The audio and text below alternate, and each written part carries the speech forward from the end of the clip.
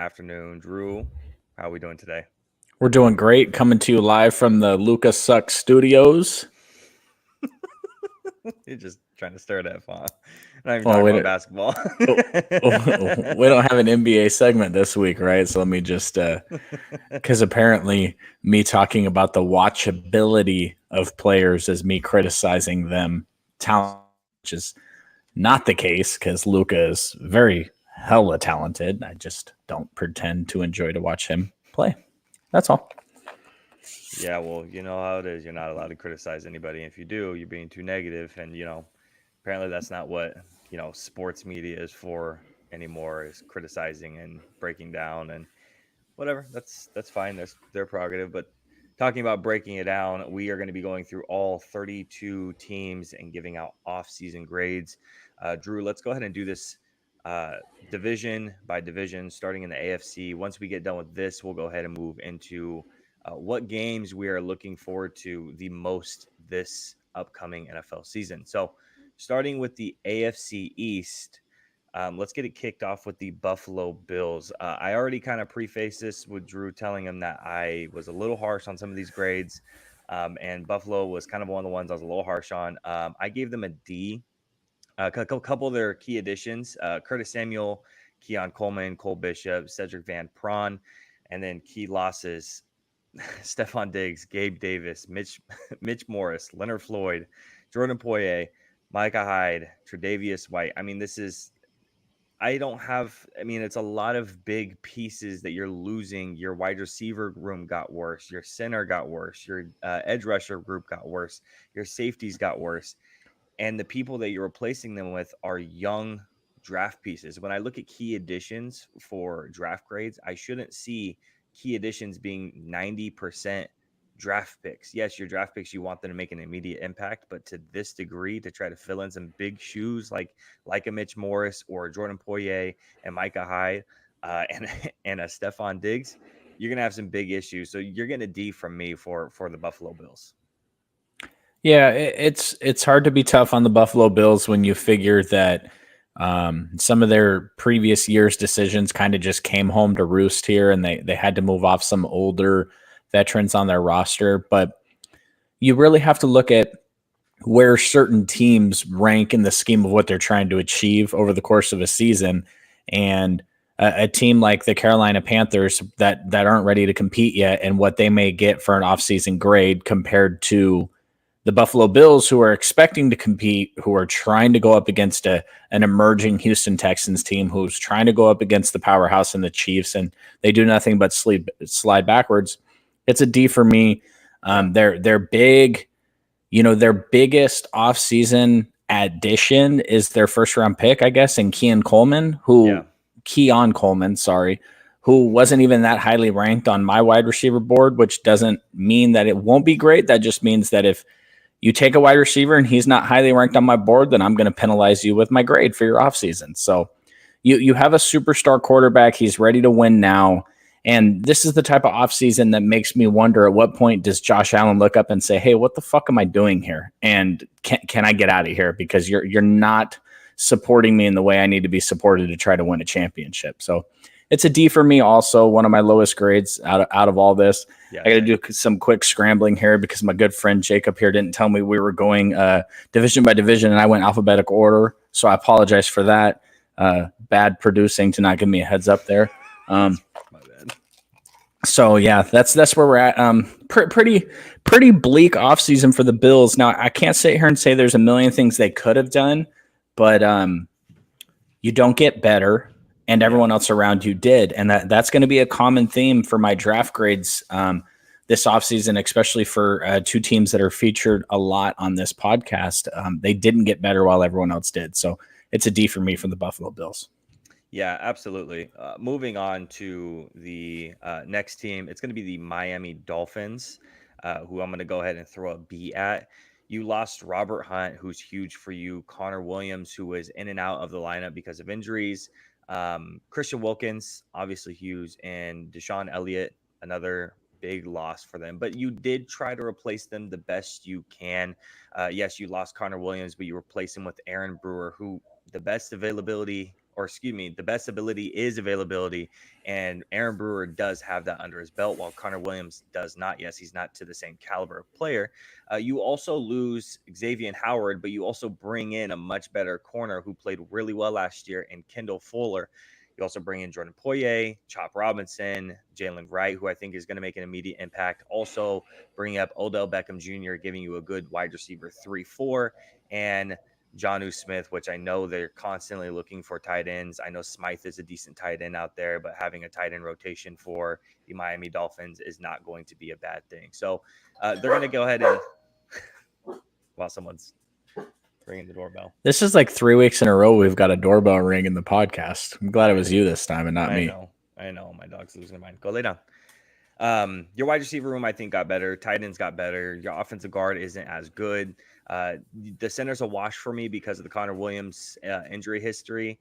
Edge rushers got a little bit worse. Defensive tackles got a little bit better. Cornerback room got a little bit better as well. So they lost a lot, but they tried their best to bring as much as they could with same with the Buffalo Bills. The Buffalo Bills had no cap space. Neither did the Miami Dolphins, but they still brought guys in. They were able to bring guys in that are going to make an immediate impact. So they get a B for me.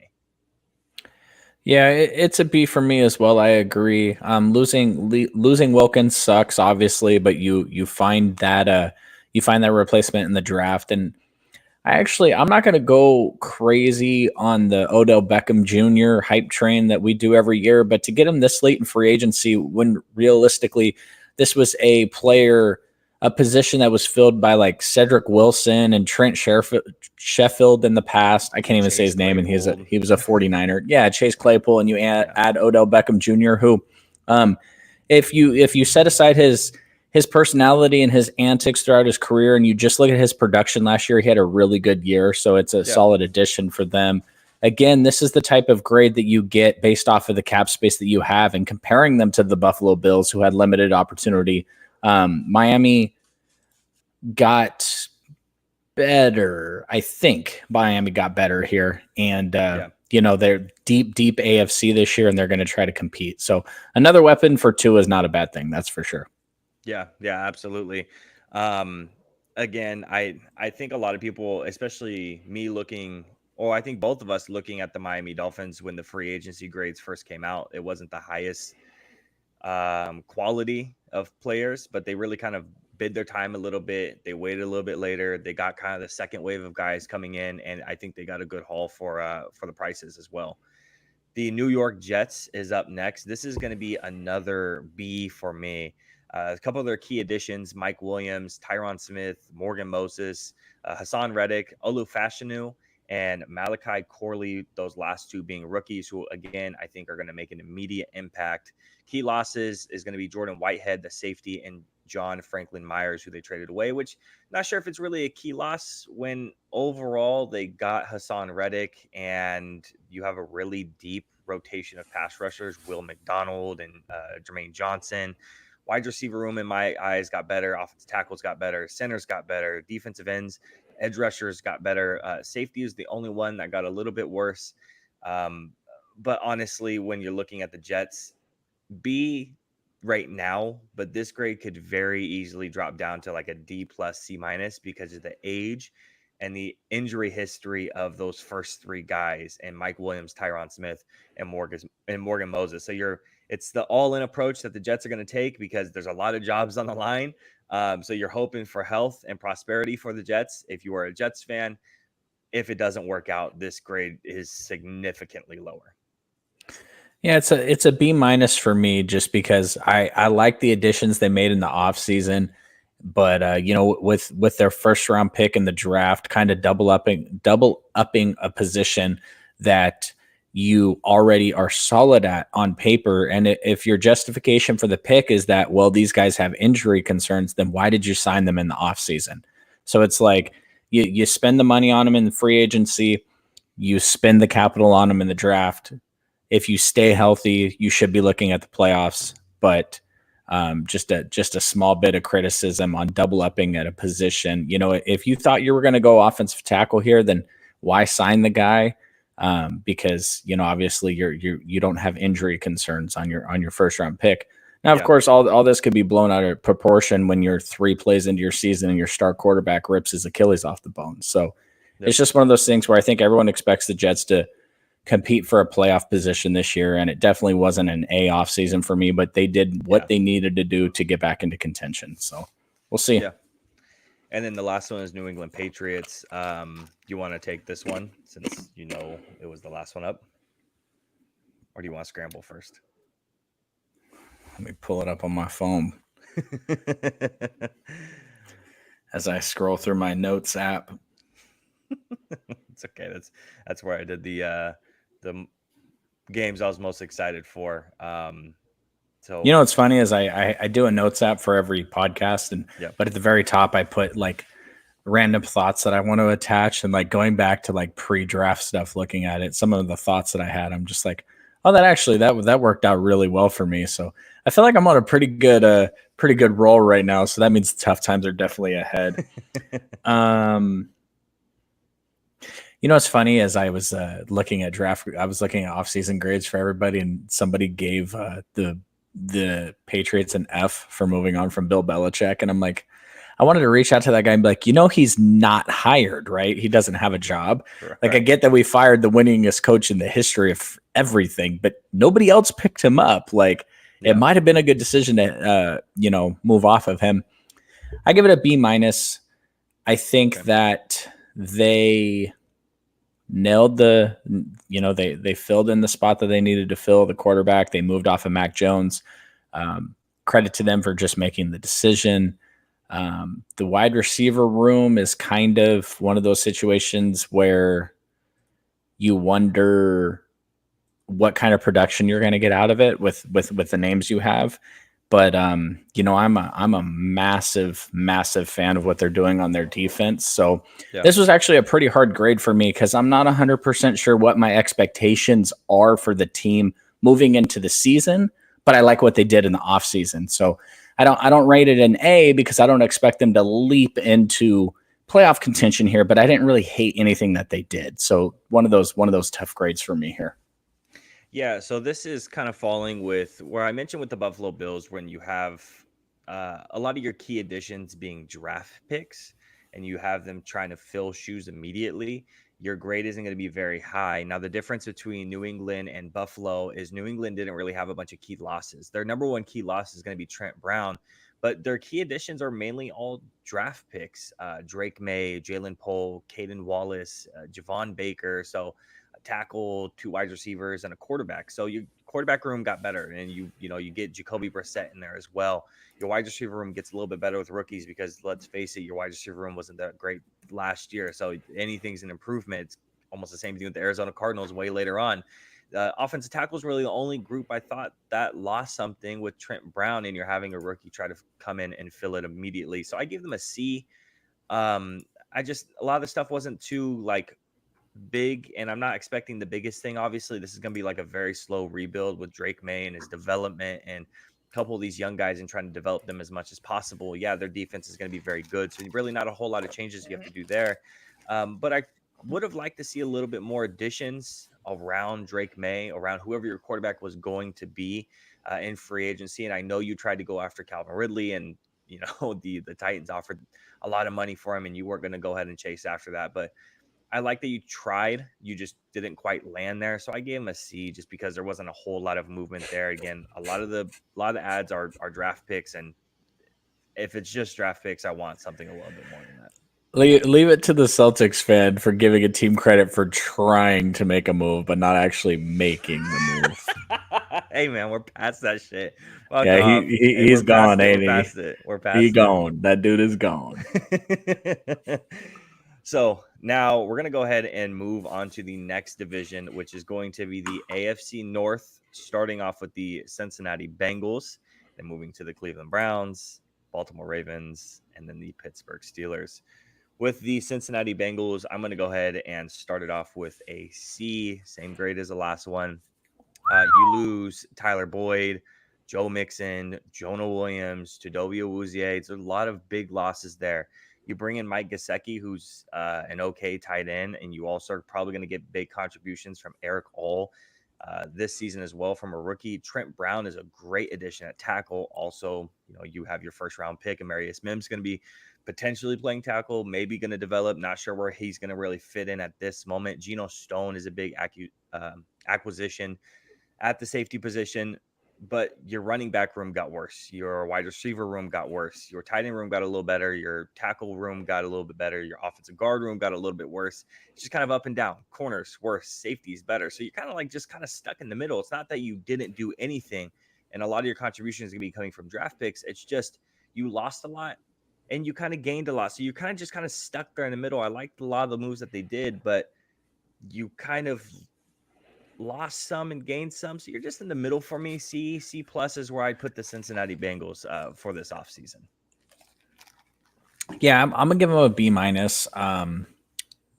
Geno Stone, Trent Brown, Amarius Mims. The losing DJ Reader sucks. The thing that I'm confused on, the reason why I'm not, and this offseason grade could change in the coming weeks. It could get a lot better. It could get a lot worse. But what are we doing with T. Higgins? That's my question here. Absolutely. Are we forcing him to play? Is he gonna play? Is he showing up to OTAs? Is he going through training camp? Is he gonna play? We've seen what happens when we trot players out on the field that don't really care. Now, I'm of the mindset that if he lines up week 1, he's going to play because that's a talented team and they have a talented quarterback and that they have a chance to do some things and make some noise. But I don't like going into the season with no clear-cut path on what the T. Higgins plan is. And so for me, it's a B minus. Okay. And I think that's fair. And the conversation with T. Higgins was kind of the reason why I kind of stuck with that C grade as well is because there wasn't a clear-cut decision on what we're doing with him.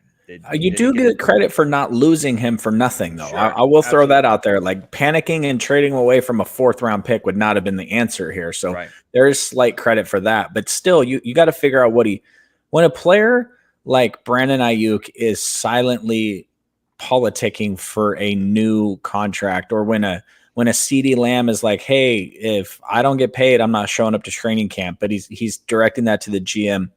Those are things that you can come back from. When a player is openly saying, trade me, I want out of here because you won't pay me, it's a little bit of a weirdness when the group all gets back together for the next season. So I think there needs to be either a small extension here, or why does he want to play? What if he gets hurt? What's in it for him here? So they need to answer that question for me. For sure. The Cleveland Browns, you want to pull this one up, or do you want me to start it off with? I actually gave the Cleveland Browns were they didn't really do much. Obviously they didn't have a ton of draft picks, so you can't really, I don't know if you can criticize them for not having a good draft or if you can applaud them for not having a good draft. And then they didn't really do much in free agency. But you get an impact wide receiver for a 5th-round pick. So that's good. Although I'm not a huge Jerry Jeudy fan. It's better than whatever they would have taken in the 5th at the wide receiver position. So, I mean, if there's anything that seems like a solid, like vanilla pudding, tapioca pudding offseason, it seems like this. So I'm just going to stick it right in at a C. Okay. I actually kind of went high on this one, and I gave him a B plus. And that's because there wasn't any key losses for them. I didn't really see anything where they lost it and where I was like, oh my gosh, like they're really going to miss that at that position. They brought back a lot of the people that they were supposed to bring back, like a Zadarius Smith, and then also getting guys like Jerry Jeudy, Shelby Harris, Jordan Hicks, Michael Hall, getting a couple of these impact guys who are coming in and making the immediate impact on a team that is going to need it to make that next push, depending on how their quarterback plays. A big part of it, again, you didn't lose anything that makes me look at you and go, hey, like there's something that you're missing here that you didn't fill in, or whatever you did fill in, it wasn't good enough. Anthony Walker, Sion Takitaki, okay, cool. But you replace it with Jordan Hicks. I'm okay with that. I'm more than okay with that. So B plus is where I'm going with the Cleveland Browns. And the Baltimore Ravens, I think, is an off-season favorite for a lot of people, and I think that my grade might be just a tad lower than some people's. I give him a B minus.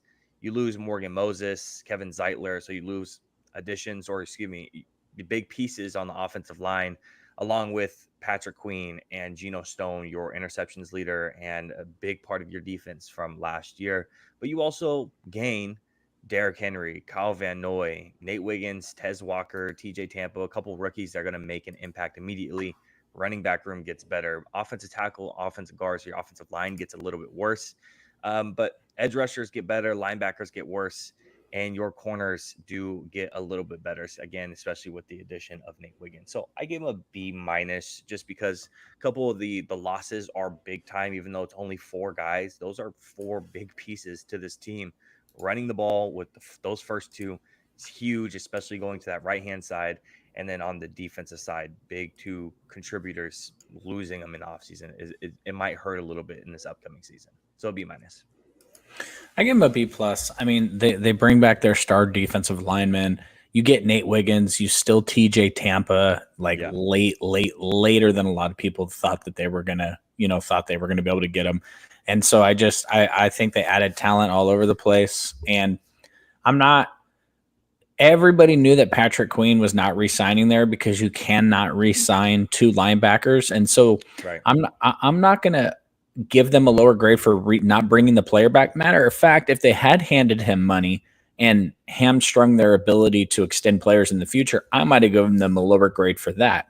And back at the trade deadline, it's not like you're going to move him for something because you know that you're pushing for a Super Bowl this season. So I was okay with the way they handled the Patrick Queen thing. Obviously, ultimately, he's probably going to turn into a 3rd or 4th round comp pick for them. So it was a smart way to negotiate all that. And, frankly, the Ravens just know how to draft. So whatever comes out of their draft class is bound to be successful. So I thought it was a really good offseason for them. Yeah. No, and with this next team as well, same thing with the drafting is a huge part of it. The Pittsburgh Steelers, you want to go ahead and start them off? No, you go first. Really? This is my highest grade. Is it really? I hated everything they did. That's so funny. Go ahead. I gave him an A+. So I know that, at the end of the day, what you want to say about Russell Wilson and Justin Fields, they're both better than the previous quarterback room that was there. No matter what, they are better, like sizably better. Even though they're not great players, they are still sizably better than the last group that was in there. Troy Fautanu is going to make an immediate impact, a 1st-round pick. Nate Herbig playing center, Patrick Queen, Dante Jackson, who they ended up losing Deontay Johnson, which is their only key loss. Deshaun Elliott, Zach Frazier, Roman Wilson, Peyton Wilson, a lot of draft picks, yes, but a lot of guys I had high up on my board who I thought were going to make impacts on their own respective teams, like a Frazier, like a Fautanu, like a Wilson, both Wilsons, but they all went to the same team and they are all going to probably make pretty close to an immediate impact. And again, your only key loss is Deontay Johnson. I gave him an A+ because of all the acquisitions. I think probably the best draft in this class. And again, I think overall you're a better team. Go ahead. I guess they gave themselves the ability to be better next year. Yeah. I don't think anyone was clowning the Steelers defense last year, so adding Patrick Queen is cool. I don't think it moves the needle for them that much. I'm a little. I got a question mark on the Patrick Queen thing. He was surrounded by an amazing defense in Baltimore, so he played well, but now main position at linebacker, and he's got to prove that he's worth it. I'm not saying he won't, but he has to do it. Roman Wilson is a nice wide receiver. George Pickens is still a massive question mark. I know he's had a couple highlight reel plays, but it's a questionable wide receiver room, and it's a questionable quarterback room. Like you're giving them a good grade because they got rid of Kenny Pickett and added somebody else. But is Russell Wilson better than Kenny Pickett at this point in his career? Can we say that for certain that Russell Wilson, what he's put on tape the past few years? Now, Kenny Pickett's been terrible. Don't get me wrong, but So I that was you're gonna going tell into you, the yes. offseason, you're going into an offense that was the offense that Kenny Pickett was terrible in. So we're Yep. just expecting Russell Wilson. That's the tide that raises all boats at this point. I don't really see it. I do give the Steelers credit for making the moves, though. So they knew Kenny Pickett wasn't the answer. They went out and traded for 2 different guys that could be. My personal opinions on those players aside, I mean, don't get me wrong. I watched Russell Wilson terrorize us for years. He's not he's not the same guy though. So I don't know. I give him credit for making the moves. I give him a solid B- because they went on, got 2 different options for themselves. They had a really, really good draft. Patrick Queen's a phenomenal player. I'll give him a B-. Okay. So moving on to the AFC South now. Gonna go ahead and start it off with the Colts and then the Jags. I can't believe you gave him an A+. I did, absolutely. Man, you must be a big time Justin Fields fan. I didn't know about that. Fuck you. Colts, Jags, Texans, and Titans in that order. Starting off with the Colts, I gave them a B, just a solid B, with your key additions being AD Mitchell, Sam Ibukam, and Leatu Latu. So 2 highly touted draft picks and then an edge rusher to fill out your team. And then your key losses, you really have any. So I gave you a B over some of the guys who get a C in some of our other past. So who was it exactly? It was our Patriots. So Patriots filled in a lot of their holes with draft capital, and the key losses was really small. The thing is with the Colts, you didn't have any losses, and you brought back a ton of guys. You re-signed your Kenny Moore and your Grover Stewart, and you brought those guys back in. You know, your Michael Pittman. You brought him back in, and you added to a couple of the rooms that needed to be added to, like your edge rusher room is now really, really, really good, and your wide receiver room looks a lot better. I like Alec Pierce as a wide receiver, but AD Mitchell is going to eventually take over that deep threat role. So the Colts, I think, did a little bit better than that C, even a C+. So I gave him a solid B. Yeah, I gave him an A-, because I really, really like the Michael Pittman, AD Mitchell stack. I love the idea of that. I like the fact that they made the right call and took Latu as the first, big time defensive guy off of the board there. And to then go get AD Mitchell, who we talked about, we saw him mocked as high as a few picks later than that. We saw him mocked. This is what I really like about their draft is we saw AD Mitchell mocked to them at that pick that they took Latu at. They get Latu and then they get AD Mitchell anyway. They did a lot of things to help. I'm actually going to change my mind. I'm going to knock it down to a B+, because what if Anthony Richardson gets hurt again? What's the plan there? Now, yeah, Gardner Minshew outperformed his contract last year, so he was always going to get a little bit more money. Yeah, but we haven't seen anything on paper that shows us Anthony Richardson's going to stay healthy. He didn't just suffer one injury. If you guys remember, he kept getting hurt over and over and over. Was missing, coming out of the games, and so yeah, their team got better. Their quarterback room just still has a little bit of a question mark on it. So I'm gonna go B+ on this one. Yeah, definitely. You want to go ahead and take the reins on the Jacksonville Jaguars? You know what's funny about the Jacksonville Jaguars is that I'm interested to see what they're going to do with their quarterback situation. I saw that they were talking 5 years, $212 million. And I'm just like, my problem is, and I may be living in 49er la la land. I'm perfectly understandable to this idea.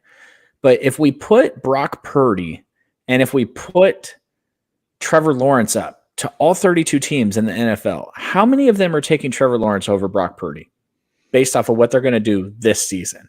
Yeah. Right. And I just wonder, 5 years, $212 million, that's just, but you know what? They haven't signed him that extension yet. So that doesn't factor into my grade. They still only get a C for me. How do we feel about Gabe Davis, right? He's a player who was on the other side of a great player. So is he going to be able to stand alone? Is he going to be better than Calvin Ridley was? You sign Eric Armstead to a big time contract, a guy that hasn't been able to stay healthy, and he doesn't rack up a lot of sacks. And honestly, you lose Darius Williams. So it's just one of those things where, to me, C plus, that's where they live. Yeah. Like, this team didn't get better to me. There's a lot of weirdness in the NFL this offseason when you go back and look at, like, a lot of teams just kind of like stayed where they were at. They didn't really make any impact moves. There weren't a lot of teams that got a lot better. And I think that has a lot to do with, like, when you look at the upper echelon of the NFL right now, those teams are not like, you know, who's the best team that's like running out of time? There's not a ton of them. Chiefs are there to stay. The Texans are on the rise. The Cowboys and the 49ers both have younger quarterbacks and younger cores that are like Micah and Nick aren't going anywhere. Right. You know, it's just like maybe a lot of these teams are just looking and thinking like, okay, it's the top of the NFL that isn't going anywhere, so we're not going to make all these moves. But then look at the Texans. They put all their chips onto the whatever that analogy is. They push their chips in, they went all in, and look at them. Like, is anyone going to be surprised if they're playing the Chiefs in the conference finals next year? Like, will that surprise anyone? I don't think so. Right. No, absolutely. Yeah, and what's weird too is, so I give him a B minus, and so I'm like kind of right there. You're so nice. You lose Calvin Ridley, and then you're attempting to replace him with a combination of Gabe Davis and Brian Thomas Jr., and you lose Darius Williams, and then you're attempting to replace him with a combination of a Darnell Savage, Ronald Darby combination. But you also add to the offensive line that needed a little bit more help outside of the tackles, which there's question marks about who you're going to sign, who's going to stay. Ezra Cleveland and Mitch Morris got brought in for the offensive line, and then Eric Armstead does make a defensive line better and can help out a guy like Trayvon Walker, who ended up having a pretty decent last season, and hopefully help him out a little bit more to progress to the player that he is supposed to be, that number 1 overall pick a couple of years ago. So again, they lost 2 big pieces, and they lose 2 guys, and they're taking like 4 guys to replace the 2. So I kind of called some of it a wash. Like, I don't mind. I'm not the biggest Calvin Ridley fan. I don't think he's going to be super duper successful going forward. But Gabe Davis and Brian Thomas Jr. replacing him, I think, is okay. Darius Williams is the one where I have a little bit more issue with, because he's very talented, and Darnell Savage and Ronald Darby are not going to be able to give the same production that Darius did. So a B minus is where I put him. Again, with the offensive line additions that you made, Eric Armstead addition as well, mentoring a Trayvon Walker. B minus is where I want to sit for him. The Houston Texans, ton of moves. I gave them an A minus. Key additions: Joe Mixon, Stephon Diggs, Danielle Hunter, Danico Autry, Aziz Al-Shaair, Tim Settle, Kamari Lassiter, Blake Fisher, and Cade Stover, a couple of rookies, again, who I think are going to make an immediate impact. And then key losses: Scott Quessenberry, Jonathan Grenard, which again you replace with then Danielle Hunter, and then Malik Collins as well. So only a couple of losses really, and you kind of load up on a lot of talent on that team. I'm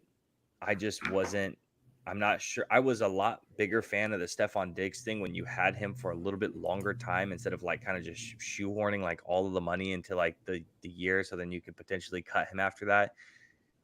I'm not 100% on where we're kind of sitting with that one. So an A minus is where I want to sit with them. A lot of really good additions. We're going to make an immediate impact to this team that, like you said, might end up making a AFC conference championship game. Yeah, I love the Danielle Hunter. Obviously, I love Aziz Al-Shaair. No surprise there. Right. And honestly, everybody wanted to give the Cincinnati Bengals a freaking award for signing Zach Moss. I love trading for Joe Mixon. I love Joe Mixon. That dude is nothing but production. And, you know, the Cincinnati Bengals fans will be like, our offensive line sucks. Protect Joe Burrow. We have the worst offensive line in the history of the NFL. Then be like, oh, Joe Mixon only gets 2 yards a carry. Well, duh, those things go hand in hand. Like, how does that make sense? You're gonna criticize your offensive line and then run Joe Mixon out of town. I mean, honestly, the Houston Texans, I'm shocked that this is an A minus, considering you freaking love what the Steelers did. But whatever, I'm not here to debate 2 of your draft grades.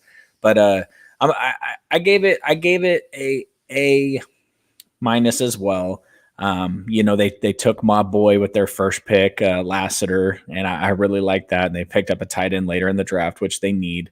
Yeah. And it's just one of those things where I think that they added important, massive, like impact pieces, like Danielle Hunter, impact piece, Stephon Diggs, impact piece. Yep. And I actually disagree with you. I like the fact that they're not attached to Stephon Diggs longer than they need to be. I think you give that rookie, they're not all rookies, obviously. You give that young group of wide receivers room to grow.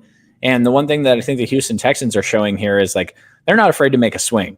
So if they got to now this is a lot of this team comes from the 49ers and Rams, who've pretty much made the mid-season trade famous the past couple of years. And I just like the Texans have shown that they're going to go for it if they think that, there's a chance to get better. I think Houston Texans, out of like all the teams in the NFL right now, it's got to be an exciting, very, very like exciting start to the season for the Houston Texans. Like you have to be so stoked for your team. Yeah. And, I think they might start seeing some market share, some market growth in the Texas area in terms of, the more popular team to root for down there. Cause, it's just, right.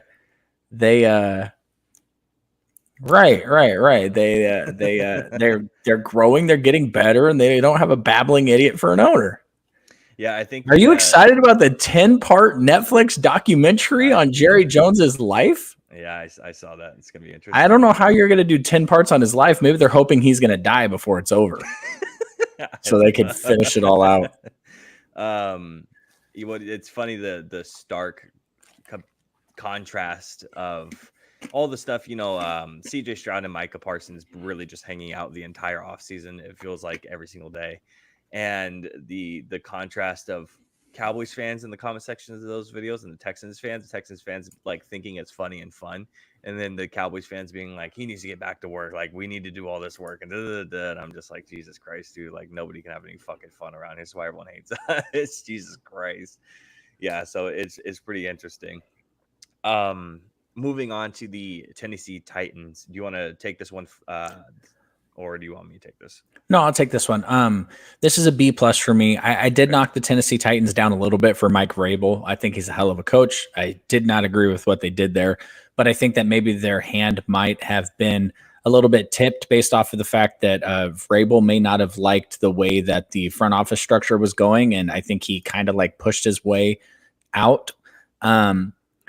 Their draft was interesting. I know there's a lot of players on their draft that you and I were high on, namely Tavondre Sweat, but JC Latham at 7 is freaking wild. Yeah. But then you go ahead and and I think you and I could both agree the Calvin Ridley thing is that there's a big ass question mark on the back of Calvin Ridley, but I love L'Jarius Sneed, obviously Tony Pollard, interesting running back to fill in for,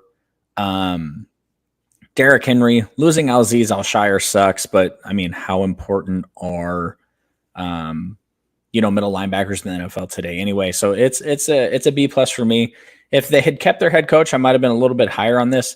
This is mostly the L'Jarius Sneed thing. Is just, you and I were talking about how I thought he was going for a first round pick, and he obviously didn't. But you trade for him, you sign him, and frankly, That dude's a hell of a corner. I don't care what anyone says. Like I watched that dude. The 49ers are talking about, let's get rid of Deebo Samuel because he can't get open against man-on-man coverage because, he's the reason we lost the Super Bowl and all this shit. And he shut Deebo down in the Super Bowl. So I really like what Tennessee Titans did. Unfortunately, their outlook on the season, you still got a massive unknown at quarterback. So we'll see what their ultimate season looks like, but you weren't going to make a change at quarterback this early anyway, so it's a B+ for me. Yeah, I give it a B, and I think what I like the most is they're surrounding Will Levis, which is with as much as possible. Sure. Losing Derrick Henry, gaining Tony Pollard, that's still a step down in my opinion. Tony did not do well when he was the full-time starter. You can go look at the numbers and go look how he did. You could just go look at the film. His vision was strange and muddled in a lot of situations, and I wasn't sure what he was kind of doing. Calvin Ridley, great addition, but overpaid. I like Tyler Boyd being added as well. JC Latham taken a little bit too high, like the player, but just too high taken.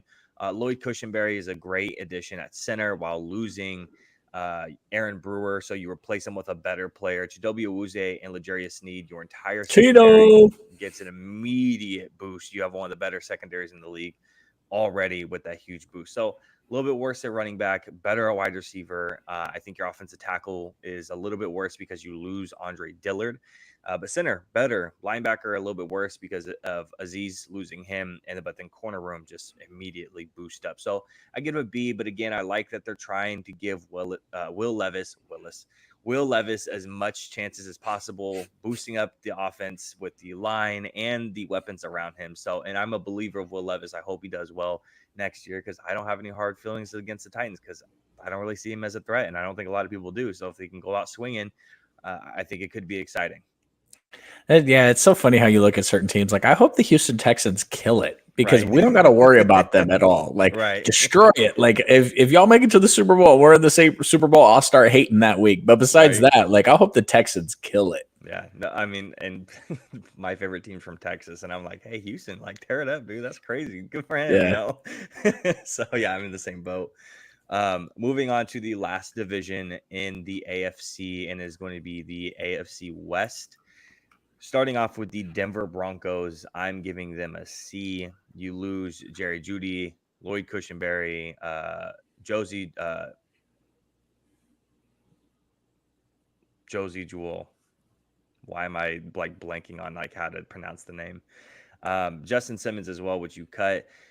You do gain John Franklin Myers, Brandon Jones, and a safety, Bo Nix, and Troy Franklin as well, who I think are going to, once again, make an immediate impact on this team. So a little bit better at quarterback because Russell Wilson clearly wasn't going to work out over there. Worse at wide receiver, worse at center, a little bit better on the edge. With the addition of John Franklin Myers, and that's not because he's so good. That's just because your edge room is just that poor. Linebackers get a little bit worse, and your safety room does get a little bit worse, even with the addition of Brandon Jones, who I think is going to be a pretty good player. But the problem is you paid him a lot of money. So I gave him a C. Yeah, I actually gave him a B-. Getting off of Russell Wilson is worth an A+ just entirely for me. And then you bring in Bo Nix, you bring in Sean Payton's quarterback of the future. Jerry Jeudy never did shit for you. You move off of him. This seems like a Denver, Broncos. When we're going to go to a yoga class, we're gonna cleanse the palate. We're going to stretch some things out. We're going to get rid of all the bad juju and the bad spirits in this building, and we're just going to turn Russell Wilson's office that he has into a broom closet. And we're going to do all these things, and we're going to move forward, and we're going to try to catch on to the next wave of competition in the NFL. Obviously, they have a long ass road to the top with Chargers and Chiefs in their division. Even the Raiders got better this offseason, I guess. So there wasn't much they could do, but suffering under that Russell Wilson's contract for another couple of years didn't make any sense. So they ripped the Band-Aid off. They move forward. And the thing about it is Broncos, they gave them their fan base something to be excited about, right? Like they made a couple of moves. There's something you could root for. Bo Nix having a good start to his season, et cetera, et cetera. So it was a B- for me, just simply moving off of that albatross of a contract and making the decision that they needed to make, because that's a lot of money. That's a lot of money. You got to go to your owner and be like, yo, we got to get rid of this guy. You got to convince him. You got to have the balls to do it. And you did, because those kind of moves get people fired. Yeah, no, absolutely. Next is your dad's favorite team, the LA Chargers, San Diego Chargers. San Diego Chargers. You want to go ahead and take this one? Team. Yeah, LA was an interesting offseason. I mean, I give it an A just for them hiring John Harbaugh. I am taking that into consideration here. The Chargers have never spent more than $1 on anything. They had one of the worst. They had one of the worst medical staffs in the history of the NFL. Stabbed poor Tyrod Taylor in the lung, which caused Justin Herbert to start, and that's how they found out they had a superstar quarterback. Keenan Allen gone, Mike Williams gone, Austin Eckler gone, Eric Kendricks gone, and then you save yourself Joey Bosa and Khalil Mack. I guess that's okay. I love Joe Alt. I love Ladd McConkey, obviously. Junior Colson, John Harbaugh. I think that they did everything they could considering their cap space, but Right. you and I had a talk. We had talked a lot about in the offseason, just talked about what are the Chargers going to be able to do? What can they do? What can they do? They can't do anything. They're going to have to get rid of all these guys. They kept their two defensive starters, added Ladd, which is cool. Joe Alt is, next level at the tackle position. So it's really not an A. I was just joking. I'm going to go with B minus here just because they didn't give Justin Herbert anything to take the next step forward with, and they're wasting years of his career, which sucks. But there was only so much they can do, and frankly, what they did, I like better than what the Bills did. And the Bills and the Chargers are kind of in the same position here. So, yeah, no, I definitely agree. They're a step down from the Miami Dolphins, who I think is in the same vein, but they are definitely a much bigger step up than the Buffalo Bills. But I was just a touch lower than you were, and I'm giving them a C plus. Yes, I love the additions that they made in Alt and McConkey, Junior Colson. They get their linebacker, obviously, and I think Cam Hart's going to make a big splash on this team. That their cornerback room is kind of weak outside of their number one. But yeah, the key losses is a lot on the offense, which hurts Justin Herbert, who's your star quarterback, who's supposed to be the face. And I know that we should trust Harbaugh as much as possible, but this isn't JJ fucking McCarthy. Okay. This is Justin fucking Herbert. This is what are we doing here? This is a guy that you build around. You don't take pieces away so you can run the fucking football. This isn't Michigan. So I'm having a hard time believing in it. Because again, you lose a couple of big pieces on that offense, and you do replace a little bit the best you can, I guess. But it's just a lot of it's draft picks, and again, I can't give you much more than a C plus for doing just your draft picks while also choosing to keep your ancient edge rusher over your older wide receiver. Yes, I understand he's older, but also he's Justin Herbert's guy. So again, not so confident about that one. So again, a C plus is where I want to go with that. I think what it signified though is that the Los Angeles Chargers are finally going to spend some money. You got to spend money to move off of those contracts. There's dead cap there that's going to cost you. Signing Harbaugh and his expensive staff, like the outlook for the Chargers is high in my opinion, because it kind of signals the fact that Spanos is finally going to spend some money. So I could see that. And honestly, what were you really expecting? Harbaugh's going to come in, he's going to implement his attitude in his offense. He's not the type of coach to turn it around year one anyway. Right. When he took over with the 49ers, that was a stacked ass. Like, go back and look at it. Not just for me being the 49ers fan, but go look at that defense that they had. And, even the offensive talent they had with Frank Gore and Vernon Davis and things like that. So, I think that going forward, the Chargers are in a much better position than they were when the season ended. So that's why I was a little higher on their off season. Yeah, and we're literally like one grade away, so it's not that much different. The Kansas City Chiefs, I handed them an A minus. I gave them a fucking F because fuck the Chiefs. Key loss is L'Jarius Sneed is going to be the biggest one, but you also add Hollywood Brown, Xavier Worthy, Jaden Hicks, safety coming out of the draft, I think is going to make a big impact on the defense. You also re-sign Chris Jones. Travis Kelce gets a little bit of an extension as well. So there wasn't a whole lot of movement with the team outside of Rashee Rice going as fast as he can and punching people in clubs. But outside of him making the most noise in the offseason for the Kansas City Chiefs, I kind of just trust what the Chiefs do time after time. You surround Patrick Mahomes with more weapons. Yes, again, you do lose L'Jarius Sneed, which is going to hurt a little bit. But they got corner depth though. It's not like it's now just Trent McDuffie and you. Yeah. You know what I mean? And they've done this before, right? This is something that the Chiefs has done. They've gotten rid of a number one corner for another guy just to step up because they're like, hey, we can and we trust this new guy to come in and do it. So it's more of a trust factor with Kansas City Chiefs, unlike the Chargers, where I trust what they are doing. And Tyreek Hill, goodbye. Exactly. Right. Yeah. I trust what they're doing and the process they go through.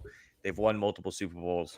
They're pretty much a dynasty at this point of the 2020. So A minus. Honestly, I don't. The thing is like on its face, I'm not super impressed with Xavier Worthy, but when you put him on the Chiefs, it's like, God damn, they're only going to ask him to do one thing. Their quarterback's got a freaking cannon. He's probably going to go for 5 or 6 touchdowns this year. They're going to be like 60 or 70-yard tutties. So, yeah, they bring back Travis Kelce on an extension, Chris Jones, et cetera, et cetera. They lost Willie Gay. yep. I totally forgot about Hollywood Brown. That's a good ad for them. That wide receiver room is 16 times better than it was when they started last offseason, because last time I checked, they didn't sign anyone this offseason that has stone cinder blocks for hands like Kadarius Toney. So fuck the Chiefs. I'm not even giving them a grade. You want to take the Las Vegas Raiders then? Your next favorite team? I don't know what to do with the Raiders here because I don't know what they're doing with the quarterback position. Yep. You know what I'm saying? Like, are we starting Gardner Minshew at this point? Like, that's cool. We know what he is. You know, you take Brock Bowers, who it's like if anyone else had picked him in that range, I'd have been like, Brock Bowers, yeah, woo ha, let's go. Well, first of all, the Raiders are probably going to misuse him because they're the freaking Raiders. They hired this pom-pom cheerleader guy as their head coach. You know, it's just like sure, it could all work out, but it's like just totally freaking Raiders. Like we got a tight end. Let's add another one. The team wants this. The team, like, this isn't the NBA. We don't let the superstars decide who our head coaches are going to be. Okay. Like, I'm sitting here looking at JJ Redick's going to coach LeBron James and the Lakers. How does that make sense? That's right. What the Raiders did with Antonio Pierce. So the thing about it is, like, I really like Brock Bowers. Obviously Christian Wilkins is great. Gardner Minshew. But you know, you lose Josh Jacobs, and what are we doing there? Right. But then you get Jackson Powers Johnson in the second when everybody was talking about how he was a top 20 pick. So they did a lot of good things. They have a lot of confusing things. So I'm just going to go ahead and slap him in at a B. Yeah, I give him a B-, so I guess a little bit lower than yours. They added Michael Gallup, who's going to play probably just as well as Hunter Renfrow did. So it's not really a big addition or loss between the two of them. It's kind of a wash at that point. But Brock Bowers is going to make an immediate impact. Andrus Peat coming in for the tackle position is going to be big for them. Jackson Powers Johnson, Christian Wilkins is great, but you guys did pay him a massive contract, which is what he was going to command. But of course, the Raiders did it, so it's just it hits a little bit different. And then Gardner Minshew as well. You lost Josh Jacobs, so I'm not sure who's going to go ahead and play your running back position outside of what's his face from Georgia. I forget his name, but it's who's going to play the running back position. He's from Georgia. I'm pulling to you right now. And then Jermaine Illuminor is also another key loss that they did. But again, they go ahead and try to replace it with Andrus Peat. So doing a little bit there. B-, running back room gets a little bit worse. Wide receivers, tight ends, tackles get a little bit better. And your defensive tackle gets a little bit better. Everything else is kind of just a wash for me. Like the quarterback, Gardner Minshew, doesn't really move the needles for me too much. I don't even know who's going to start, so I don't really know what's going to go on there, Gardner or, you know, Aiden O'Connell. So I'm not sure what's going on. It's got to be Gardner, right? Probably. You paid him the money to. So, and you've kind of already seen what Aiden O'Connell can do, and you've seen what Gardner Minshew can do at this point. You're probably starting Gardner Minshew to try to make it second place in this division, which isn't going to be too terribly hard, I imagine, unless the Chargers come out swinging. That's the only thing I can really see, because the Broncos aren't going to be it. Now that finalizes the AFC portion. Moving on to the NFC, going to move on to everybody's favorite division, the NFC East, and moving on to everybody's favorite team, the Dallas Cowboys, who... How far into this do you think we'll get before you remember the name Zamir White? Zamir White, yeah, okay. Yeah, see, it was Georgia. I did a U, dude. That's all I could remember. I was like, yeah, he's from Georgia. I don't remember the rest, and he was a backup at Georgia too. It wasn't even a starter. So, do you think that's good for my memory, our memory, that we remember the college they play for, or bad for your memory that you can't remember? I feel like we're replacing things in our memory. Like we're just replacing one thing for another. That's all we're doing. We probably knew like all the names before, but now we're getting more and more into college stuff and scouting. All we remember is the colleges. So we're just taking out names and replacing with colleges. That's all we're doing. We're on max capacity right now. It's like when you're at a concert and you're filming something, you have to delete other videos to now film what you want to film. It's the same thing. I had a screen up on my computer at work the other day, and one of the guys came walking in, and they're like, "Oh, what are you looking at?" I was like, "Oh, some draft stuff." And he was like, "Oh, cool." He's like, what kind of what? How do you think my team did?" And I was like, "Oh no, I'm looking at next year's draft." And they were like, "What do you mean next year's draft?" I was like, "Oh, I'm looking at a 2025 mock." And they're like, "For fucking what?" I'm like, "Well, I don't know. This is how I learn the players that I'm supposed to." You look at the mock drafts, and then I know who I'm supposed to watch, because if there's some stud out there at South Dakota State, I want to make sure that I watch him, because otherwise I ain't gonna be watching no South Dakota State this year. Right.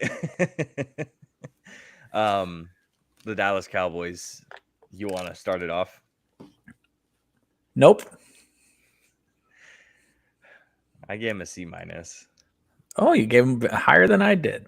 Yeah, I was trying to be at least a little bit nice, but it's hard. I mean, it was really low at first, and I kind of settled at a C minus because I'm always really hard on the Cowboys. So I'm like, maybe I'm being a little negative. Maybe I'll go ahead and bump it up just a little bit. So, additions of Eric Kendricks, Tyler Guyton, Cooper Beebe, and Maurice Luafau are probably going to make an immediate impact. Those latter three guys being rookies. Again, probably Zeke.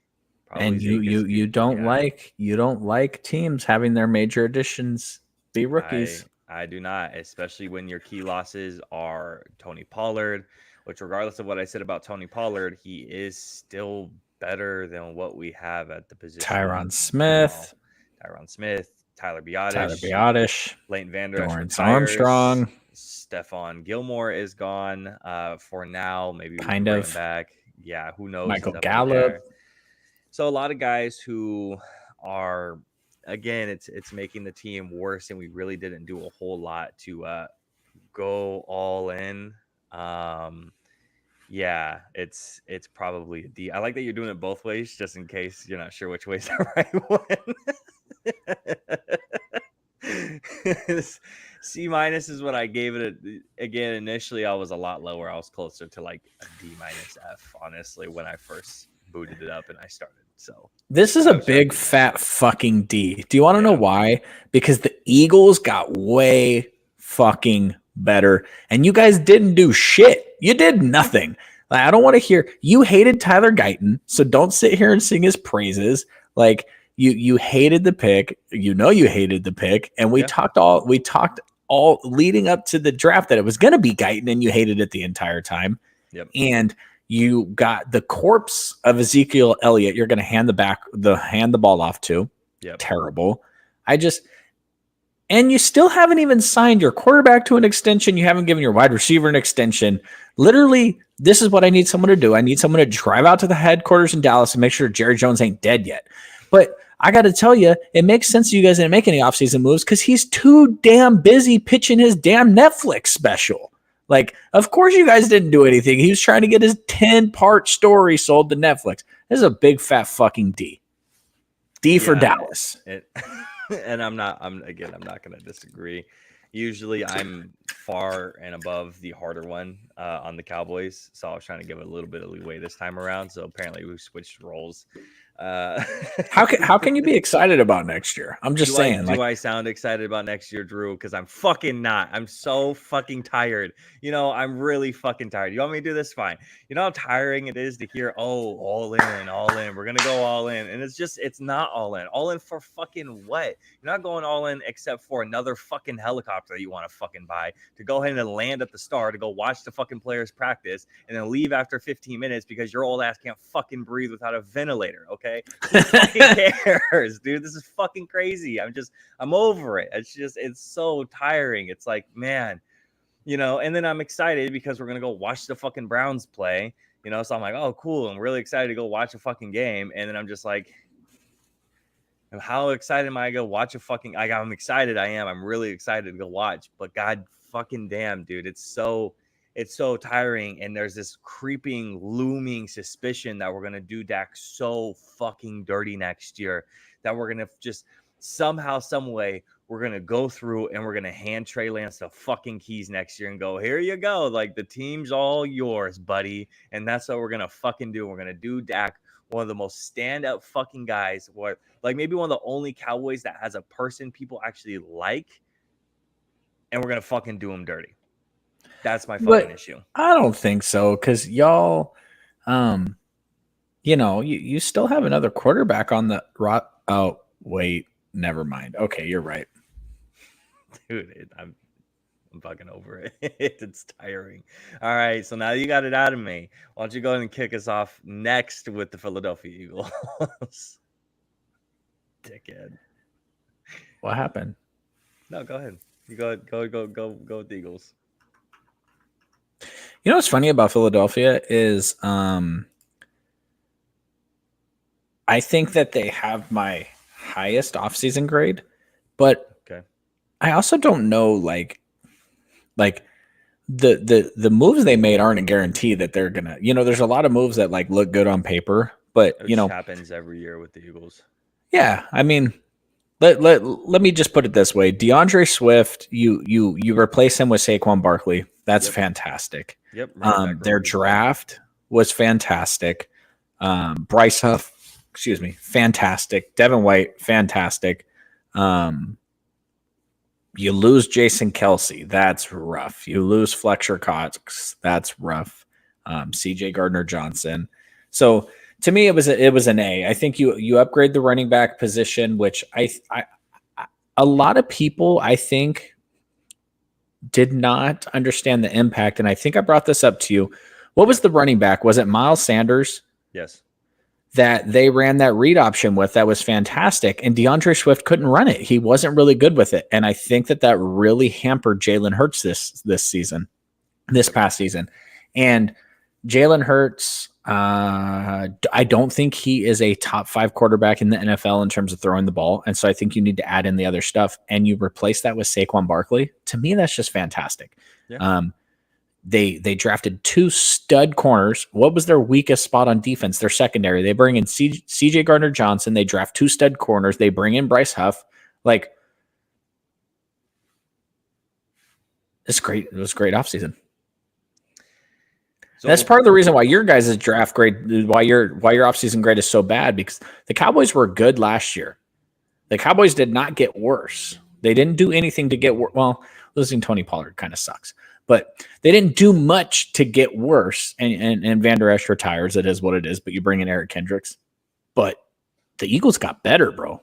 On paper. In theory, they got better. Right. Their corners sucked. They replaced them with 2 really good corners. Their safety suck. They bring in a safety. Their running back wasn't great after week 5. They bring in a star running back on paper. Now, in classic Eagles fashion, half this shit could not work out. But on paper, this looks fantastic. Yeah. The thing is so here's how I did things is I gave I went position by position for rooms, and I said, okay, what rooms got better? And the running back room got better, but the quarterback room obviously stays the same. Wide receiver room pretty much stays the same. Tight end room pretty much stays the same. Tackles stay the same. Guards pretty much still stay the same. The center gets worse, obviously, but that's just because Jason Kelce is a Hall you don't Famer. Replace that. No, that's inevitable. But you also trade Hassan Reddick. You get Bryce Huff. That's pretty close to a wash for me. I don't call that a wash. I'll call that a wash. And so your biggest position you get better at is corner. So you get really good at corner and really good at running back. I give it a B+. But that's because all the other positions either to me stay roughly the same, or they're a wash when you go in and replace some of the guys. So it's a B+. I gotta tell you, your Eagles hating is showing here because you love what the fucking Steelers do, but you don't like what they do. Would you have been happier? Would you have been happier if the Eagles had traded away Jalen Hurts for fucking Russell Wilson? No, but they also okay. We're not talking about Jalen Hurts being Kenny fucking Pickett. It's a big difference. It's a huge difference. The Steelers added a lot of impact guys who are going to make an impact right now today, who also have a ton of potential, and they got better at multiple positions. while the Eagles got better, really a lot better at 2 positions, while everything else is either just a wash or they didn't move. But they got a lot difference. better at their worst positions. They took the worst parts of their team and made them substantially better. But it's a running back position. Oh, I'm talking about the corners. Oh, yeah, sure. Yeah, the corners, absolutely. But how much are those guys going to play? They're on my list for biggest additions. Absolutely. They probably should fucking start. They should. Absolutely. But how much are they really going to play? That's the issue. Well, when James Bradbury stubs his toe. Right. Oh, nice. I have work tomorrow. Beautiful. And Saquon still went with almost went for 1,000 yards last year with touchdowns. Like it's an addition. Yeah. No, dynamic addition. It is. But I'm not talking, I mean, it's a B plus. You're not talking about multiple positions where you're getting better. Like you got worse at the center position because he retired, who's a huge part of your magical tush push. And you also get a wash on defensive end. And then you got better at running back, which okay. And then corner, you do really well there. Everything else is just about the same. There's not much of a difference there. The guys at the top, they don't make a lot of changes. Sure, but you're also going to be plus.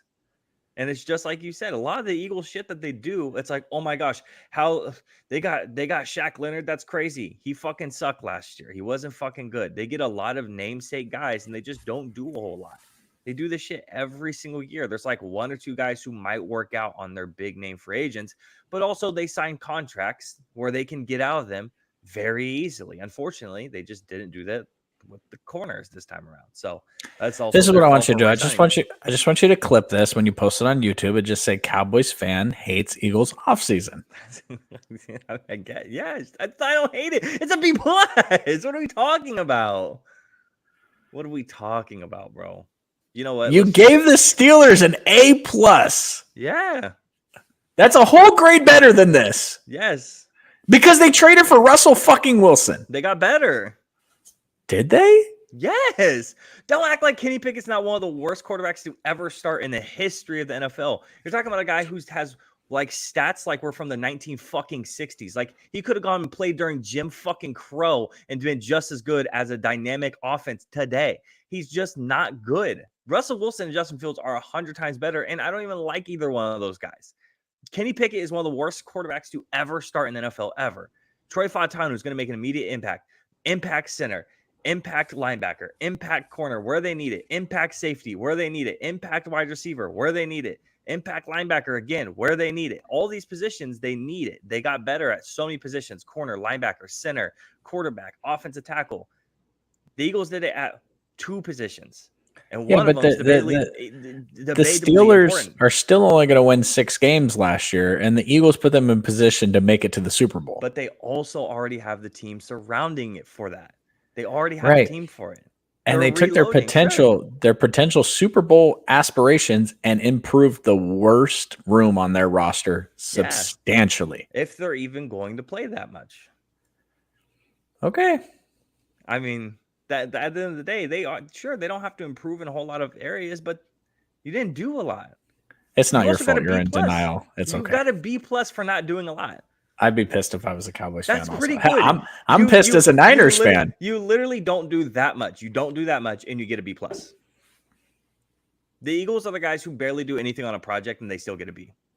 Like, they didn't do that much. They did a few little contributions to make them feel like they did a whole lot at running back.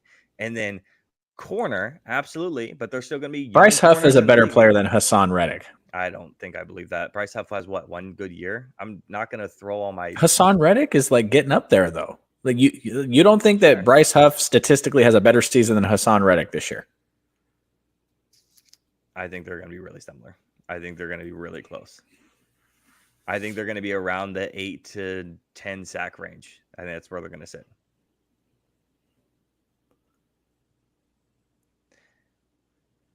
If you're ready to move on from the worst team in the league. You know what? That's fine. We can move on. Hell, I keep forgetting that you're the guy that likes when people pay $100 million to guards, so I should just relax for a second. Yeah, well, what about the Commanders? What do you give the Commanders? I give the Commanders an A+. because they took the right quarterback. Fuck you. Do you really give him an A+? No, but I really like Adam Peters, and I think that the Commanders are on a upswing, which is another reason why I hate what the Cowboys did. But you got a new ownership, new front office, new coaching staff. They've done everything perfect. They add the right wide receiver. They add this Biotish guy that I've heard is pretty good. Besides that, they really didn't do anything, but their future is looking bright.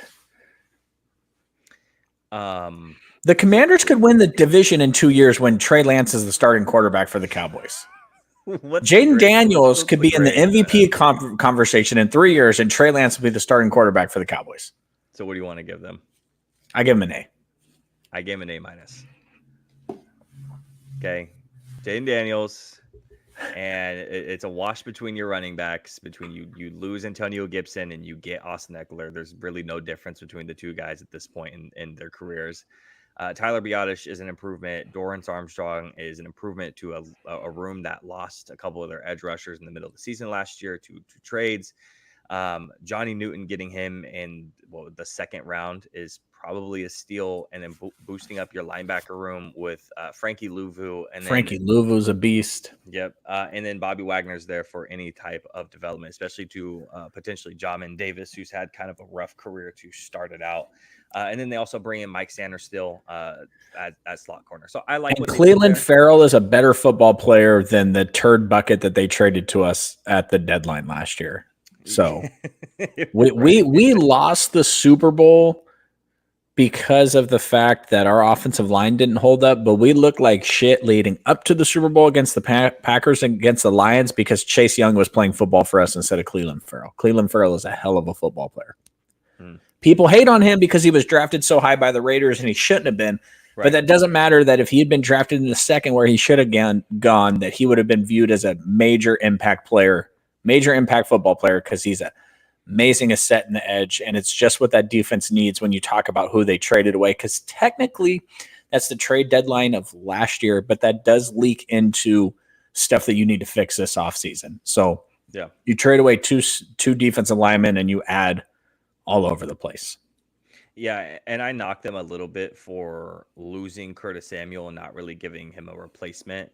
Kendall Fuller, not really giving a replacement when I know you brought in Mike Sanders still, but that's a slot and he's a rookie, and Kendall's an outside and plays really, really well as a vet.